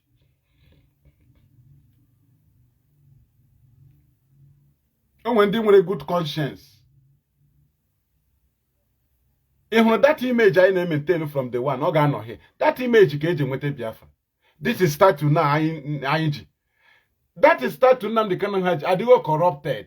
John go with autopilot. DSS details of autopilot members. I don't know how to say, man. In ya struggle I no n'ime ya. DSS follow ye la mwa. Follow ye mu trace ma aka mo no na autopilot. Ha na trace IPOB members. DSS ji record of IPOB members aka ha na autopilot. DSS ji record of our media na communicate with anybody who Liberation Army. The only thing ana agwa gị maka state actor iche na egwu unu na-eche na egwuregwu unu na-eche ote hụrụ anyị na stand na iche na DSS eji record anyị ịma na onwe ndị ọ na ha jide ha eme ala wa hapụ onye ahụ ma ị gawa court onwe onye ọha jide ha nwee ike hapụ ya gị nwa YPOB ama ihe onye ahụ mere be DSS ma ihe ọ commit gị nwa jikwenu image of IPOB na defend the person because IPOB a na-ezochi but onye ahụ gọọmenti ji details of crimes ya otu anyị anọ ị ga-efilu na a na-ejide gị ha ji rekọdụ ọga isọwashi o nwere ka ihe ọ ga-anwụ kọmiti na ha abịa o nwere ndị ka gbara ọsọ hie mgbachara ọsọ hie ihe a na-achụ ha crime ọwụhụ na YPOB member ihe gọọmenti ji achụ ha crime but ihe ọ ga-eji akọva na ya YPOB member na a na-achụ ya for struggle. Some of them awụhụ for struggle. Some of them crime. No onye oshi bịa join ya struggle, ga-eme ya agaloshi. Ọ ga-eme ya agaloshi. Ijoin struggle does need Biafra. But iwu na onye oshi nụ. Anyị chọrọ ka ichenji gị gaa oshi. Ịghọtara?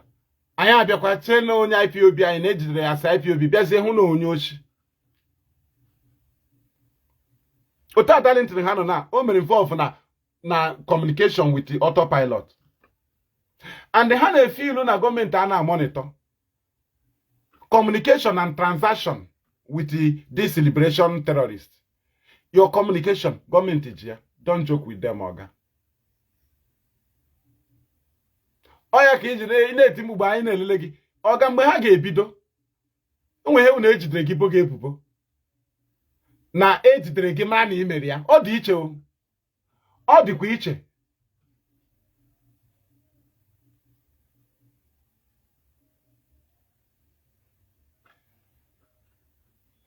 Do you understand?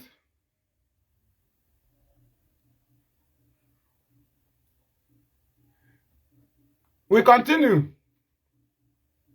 And remember Maduabuchi here.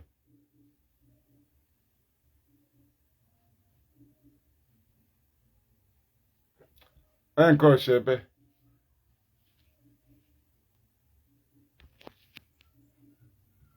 I saw again.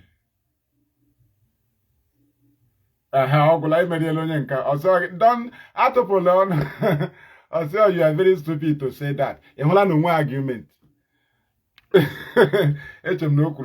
Pick one point, one lie, and argue. No.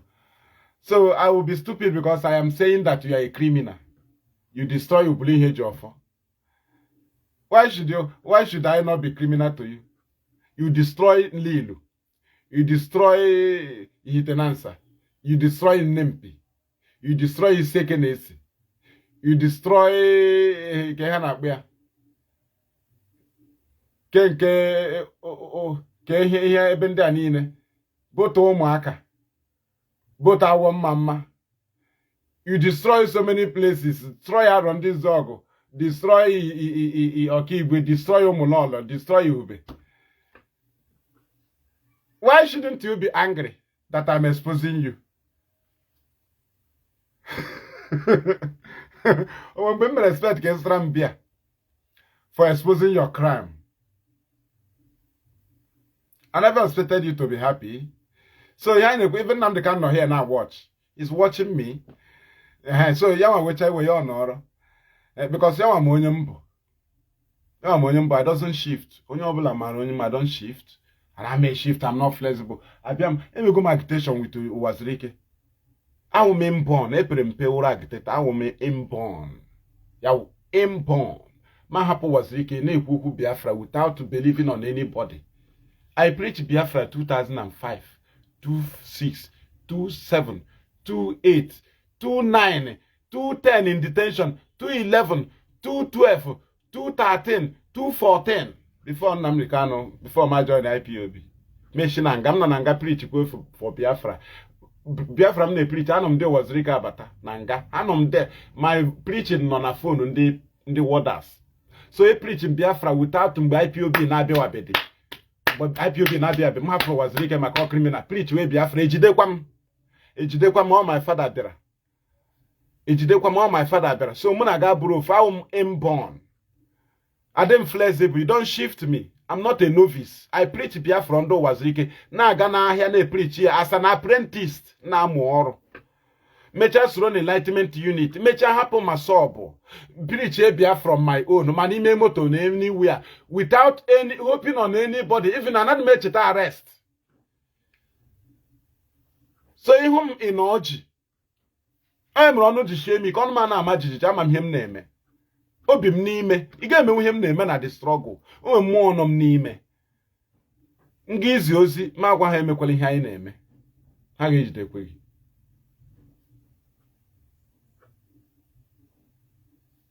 Emekwala ya, ha ga-ejidekwe gị. Hụrụ ebe m nọ na-epirichi ihe, atraikwala ya. Nakwa ụmụ mmụọ sị m gawa. Ọkwa ha sị m gawa ma agawa. M chọkwa ịga contemplate ha sị m agala ma paaki ngwongwo nọrọ.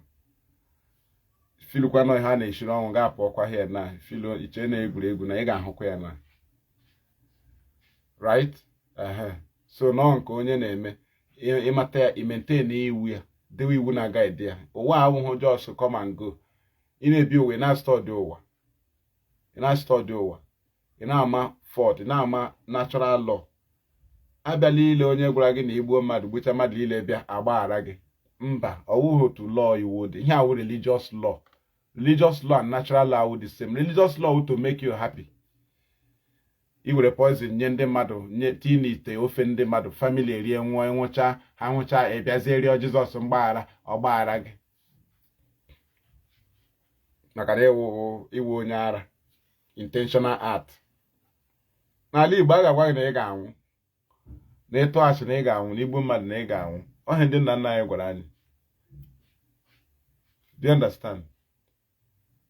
Ịhụ plantain mmadụ na-epulite dutu iji mma igbu efiam. It against natural law. Mechigachi ofe bi ga-agụ na Bible ga-eme gị obi ụtọ. Ị dị happy nọrọ ime a na-ekpala arụ. Ị na-short your life. Ịhụ pọpọ na-eto eto igbutuo. Ihe ọ bụla ị hụrụ ị na-egbutu maka iji mma. Anyị nwa na onwe anyị ma anya ya na-eme obe na respect natural law. Natural law. Ihe ị ga-emere ndị mmadụ n'azụ ha ga-aka nke i mere ha n'ihu ha. Ihe mere ya duto ịma natural law ị ga-aka eme ihe ọma n'azụ karịa n'ihu. Ọhịa onye ma iwu nature na-eme. Ndị na-eme religion ma ndị na-eme ordinary thing na-achọ ka ha mee ihe ọma n'ihu gị ka ịhụ ha ihe ọma emere n'ihu. The main people mma iwu ụwa na-eme ihe ọma n'azụ. Achọ imegide mmadụ ọjụ, ọ ma natural law. Ọhụ ihe mmadụ na-emebi emebi o mezie ya without ịchọ any payment. Ọ ma natural law, ọ ma na nke ya nọkwa na-emebi somewhere na mmadụ ga-emeziri ya. Ọ natural law, a na-ekpete n'ekpere, a na-eme inidi ime ka mmadụ hụ gị, inidikwa na onye ga-ekele gị. Ọ ya nwa ihe m believe na m eme ihe ndị unu na-eme. Ọ ya mere ndụ m ndị na-ebiri onwe m ndụ m. Nhụ mmadụ ugbu a mmụọ m agwa m ihe m ga-emere ya na lee mkpa onye a nwere na eme ya. Ana onwe gbasara mụ na ya, onwe ihe onide ịma m. Ama m iwu m na-edewe ọwụ ya nwa, onwe iwu religion, onwe ihe gbasara mụ na ya.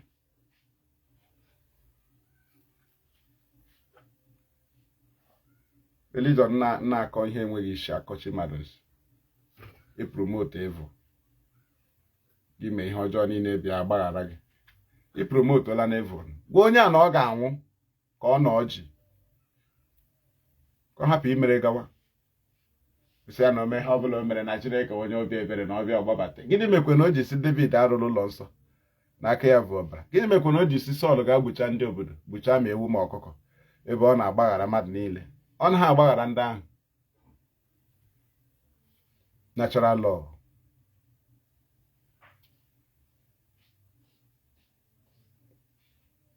Natural law. Ahịa mbelivru. So ị bịa hụ ebe anyị nọ, ị pụọ gị nwa na-alụrụ Chineke ọgwụ ma ndị na-alụrụ Muhammad ọgwụ. Mụ na aga nọ the same category because aga m alụrụ chi m ọgwụ. Chi m ga-alụrụ m ọgwụ. Chi m ka m ike. Chi m na-arịọ ka o nyere m aka. Mbịazie mmadụ kparịa ya ma ga-alụ ọrịa ọgwụ mgbe onye ara. M lụtara Chineke ọgwụ ka m na-agakwa n'ekpere ekpere echi ya mere m ihe. Ọ ya nwere oshi ka ebe mmadụ ga-akparị ya na-ele onye ahụ. Ya hapụ m ka m ga-alụ ọrịa ọgụ. Mmadụ akparịa Muhammad a na-elele ya wụrụ mụnwa chọpụtara na akparịrị Muhammad na mụnwa Muslim ma ga-gbuo mmadụ ma ga-gbuo egbuo Deborah. Na ya is something our leader, I will not forgive you. Ga gbuo onye ọnwụ na ọ sị na Nnamdị ka na-emete gị ya. Iwe fool, iwe an idiot.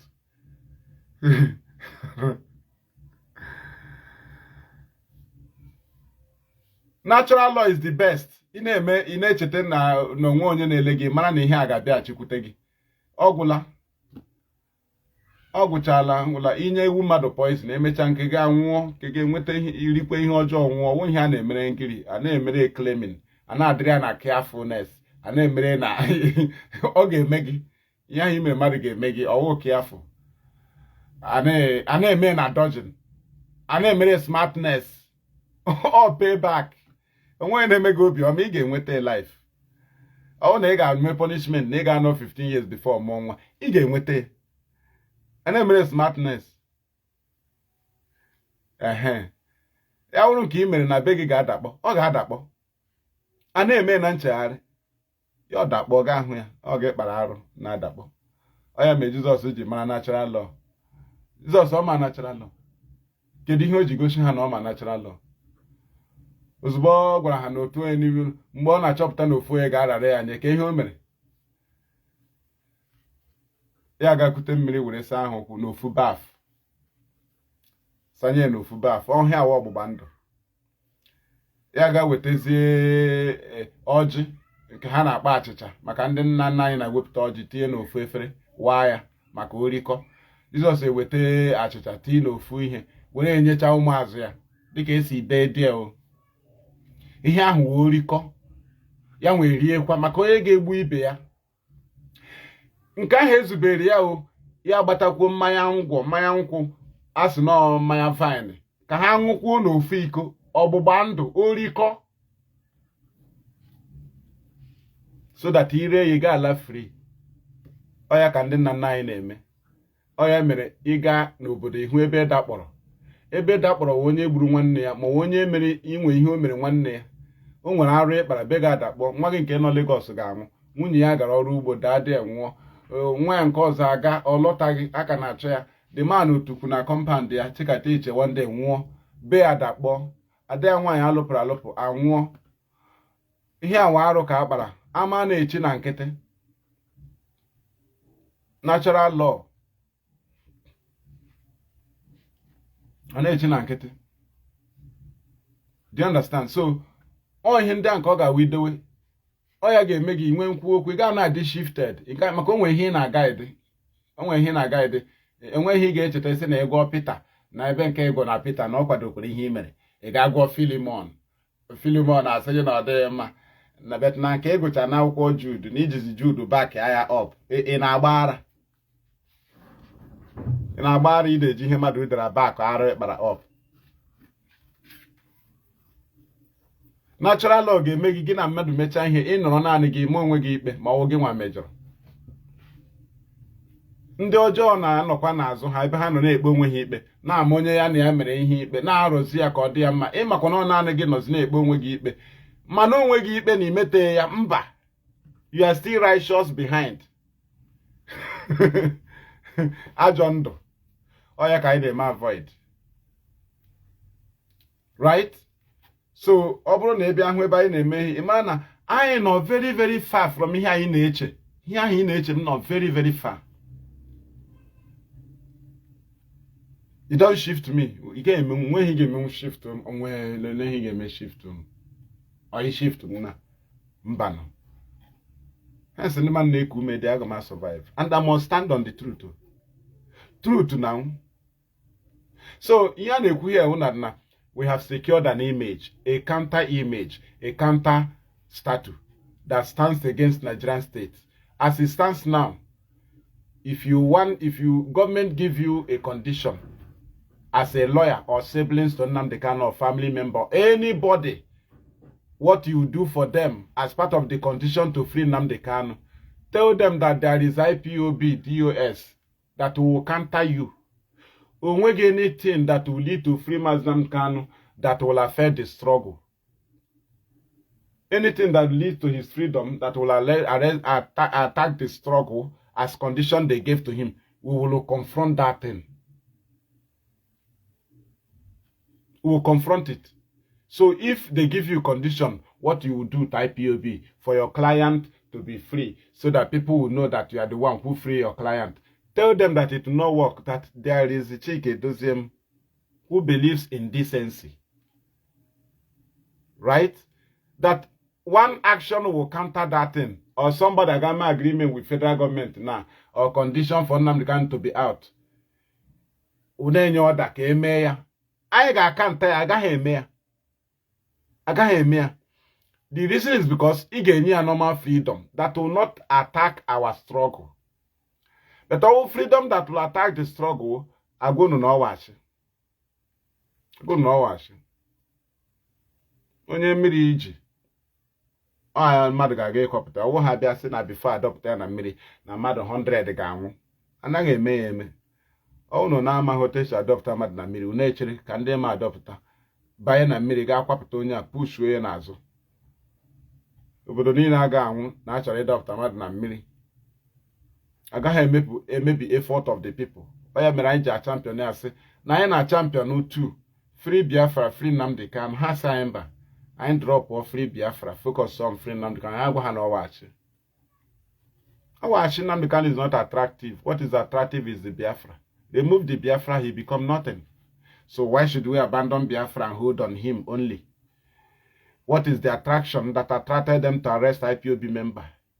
IPOB member, that IPOB member, only surname, Onwa Dangote.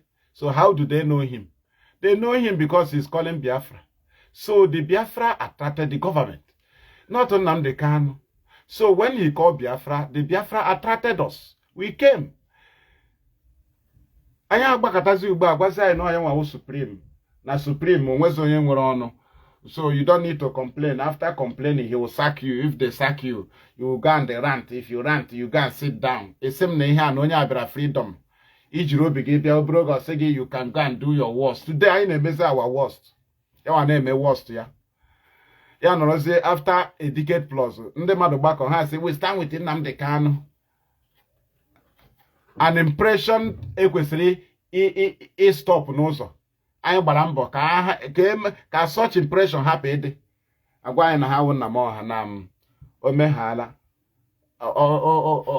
announcement you are sacked, everybody will relax, then we focus na-eme 5 years absence ahụhụ a month and the 6 months, a year and the 6 months ị nọrọ na Kuje.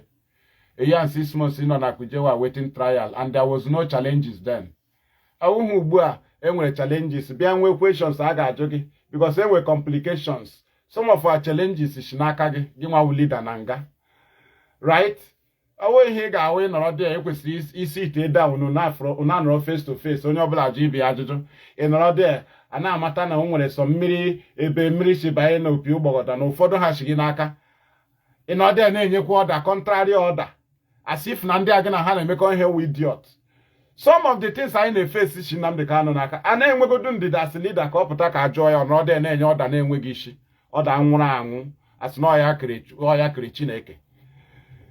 Nọrọ dị na-eweta contrary, eweta negativities, and there for years. I respect leader ya nọtasị bịa na ama ya aka n'anya because na anyị zara oku Biafra asa anyị bịa restore bịa na anyị zara oku werezi anyị as fools, you know, ọya kwụzi okwu anyị adakpuo n'ime ala because na mba ndị amị na-aba since anyị adakpuchara n'ime ala, ọzọ na mka nnukwu okwu anyị adakpuo n'ala because ahụ amị niile anyị na-ahụ here since anyị na-echikwa na checking point agafe mee chikwu ugbu a ma agachi na checking point gafee. Ọzọ na ndị ka nnukwu okwu ma adakpuo n'ala wanyị na m hụkwara amị adakpu m n'ala because no niile we idiot, something anyị tara ahụ for years na-abịa na ama mmadụ aka n'anya for nothing, ma ụmụ ndị ara na-amaghị ha anyị na-akọ na-aga egosi oge ofu onye ọ convinced into Ipob. Today ọ na-edegogo the impression ọkwa Nnamdi Kanu here na-ege m. Don't truncate anything m so na ya, you don't truncate ihe anyị kpara, ị truncate ya self mụa ekpebiela ka igbuo m. M ga-make really sure na m kwuru the main truth otu o si dị. ị gaghị eme m meburu ọgụ mmụọ. It's a lie. It's a lie.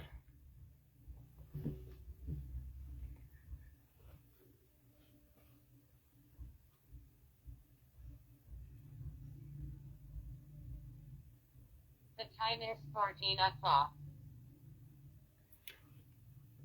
Thank you. So this battery adla down. Come to the. So that is the issue. I don't make it now. What? Maka Nnamdi Kanu eji tuole. Near condition. No get join now. Ipob made the HOD. All condition. Na ekwekwere Nnamdi Kanu nkwa 50 billion. Ihe ahụ mgbe a na waiting trial. Gọọmenti a ga-ekwe nkwa shishi faden kobo ugbu a gọọmenti a ga-enye 10 naira. He's now a convict.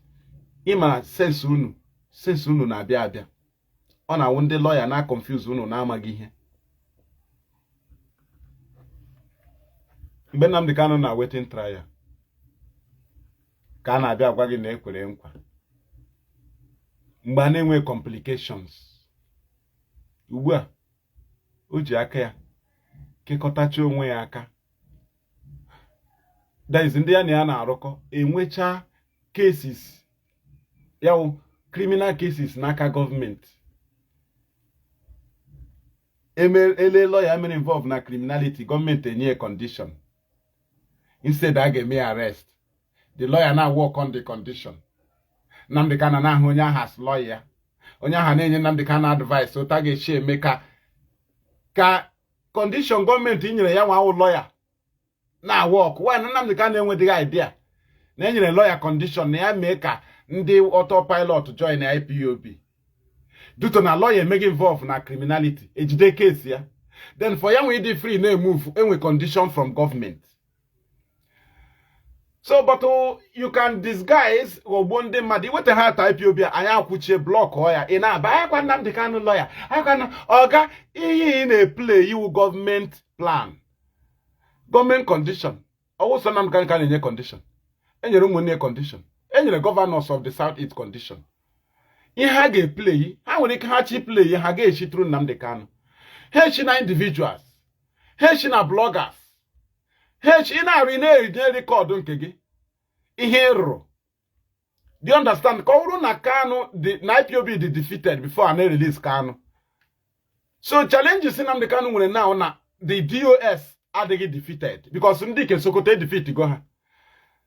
The hope of releasing Nnamdi Kanu na ị ga-destroy godu DOS a Chike Doziem na champion. Amara na ndị nke ọzọ gọọmenti agenda ndị ke Sokoto amara na onwe ihe na-eme. So that is their problem with us. Now, condition, how may God accept the conditions? Now, we still stand as a counter. And you didn't hear any Nando. Even man or your family. You need to stand as a counter now. You need to ha. Utu ahead now.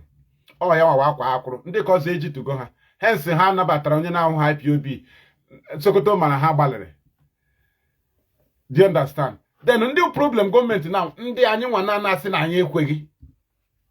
Now, the worst problem government nwere now na anyị mesiri nwe obi si na we suspend leader.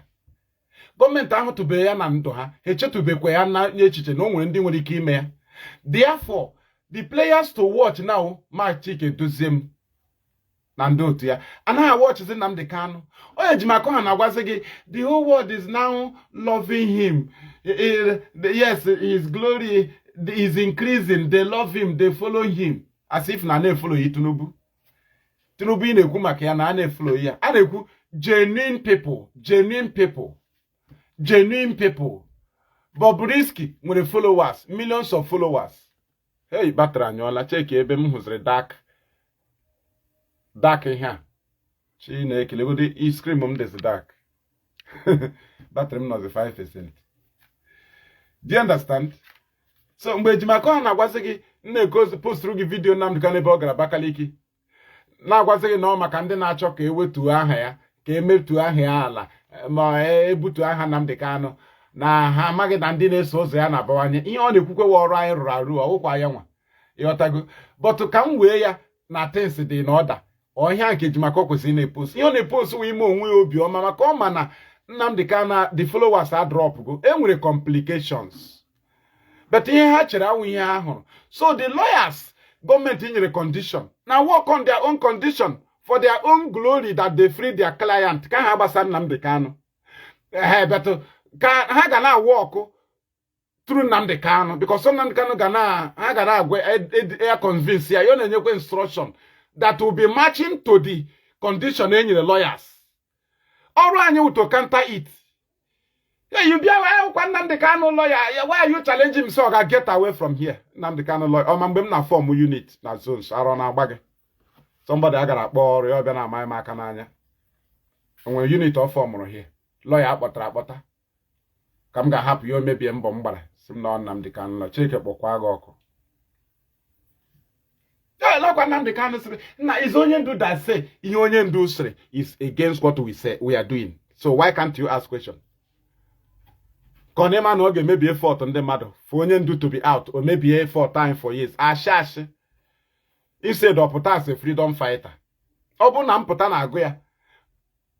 Mputa na agụshi ike ma na ọ ga work. Mputa ekwesịghị na agụ ya. Anyị nwa ka mputa ya kwesịrị na agụ.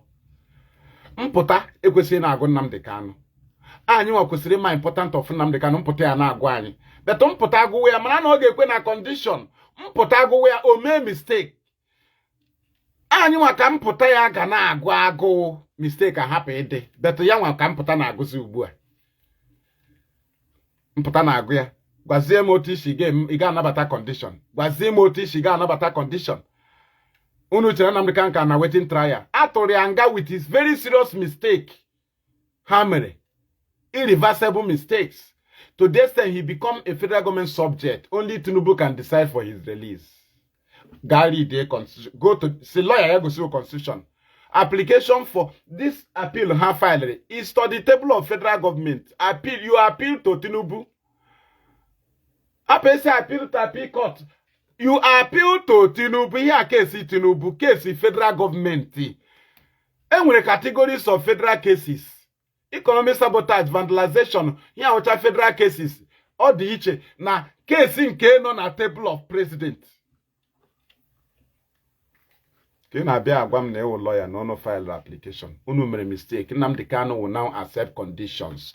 Ọ na-agwa n'onye na-asị enyekwere 50 billion mgbe ahụ waiting trial. Mgbe a gọọmenti a na-enye shishi, they are now giving condition. Ọwụzi shishi, ọwụzi nke let us bribe you. Ha tụgo gị nga eji tụgo gị. Onwezi ihe a na-enye bribe, onwezi anybody na-enye bribe. Ọzi Nnamdi Kanu wee onye gwazi ndị mmadụ ha visit wee na Sokoto ka gọọmenti makwara na ọ ka nwere mmadụ. Ihe ahụ pụtara ka ọ mara ma ọ ga-egochikwa gọọmenti na aka na-eso ya. So game niile anyị ma ya, ndị a niile a na-eplay anyị ma ya ka na ejimaka ahụ ndị na-egosi gị na aka na-esokwa ya. You have people na we Anambra IPOB, we are standing with onye ndu, we are na Enugu State IPOB, we are Abia State IPOB. Ya ndị rubbish. Gọọmenti ma your weight, gọọmenti ma weight Nnamdi Kanu ugbu a na ụtọ ọnụ na they don't fear him. All ago the thing n'iyi. Ele onye na-atụ egwu onye Sokoto ADOS ka ị na-atụ egwu. Ịtụghị ndị mmadụ game egwu tuchi na-asaworo ha mmadụ game mma ihe ha ga-eme Nigeria ugbu a. Ịghọtara na-emekwana ha nọ na-eme ya ya wụrụ somebody na-agụrụ gị letter every Tuesday na-agụ ihe ederede na-ama ihe a na-akọ. Ele game ọ ga-play na anyị nwa nọ here self, anyị nwa nọ here na brain anyị nwe na IPOB, we can neutralize any government. Ta anyị nọ here na kama na o nwee ebe a na-control anyị. So anyị nwa brain anyị ga-akpụ na ya wụ asị m gaa ugbu a na join ya politics with the brain m nwere na struggle a. Ya wụ onye ọbụla m so na ọchịchị mere campaign ma ọ mmeri okwu gị sị m na ọ ga-enweta grant ashị.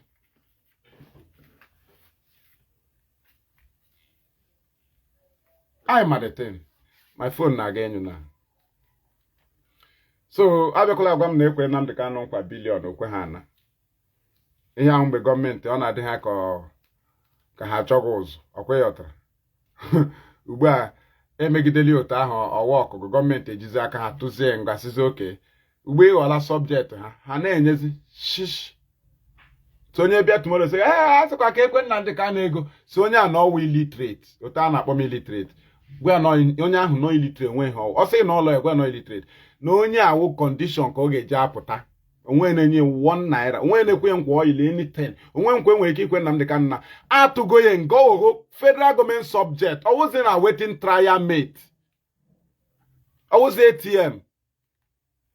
Mgbe a na-asị ka anyị setụlọ gị ka okwu agawa, anyị ama ihe anyị achọghị ma ha ọ ga-apụta ka esetụlọ ka ịgawa. Mgbe ahụ agaala, ugbu a anyị atụọla gị nga. Anyị chọziri ka destroy IPOB before ịpụta. Anyị achọghị and achọ ka enwe redio Biafra ịpụta.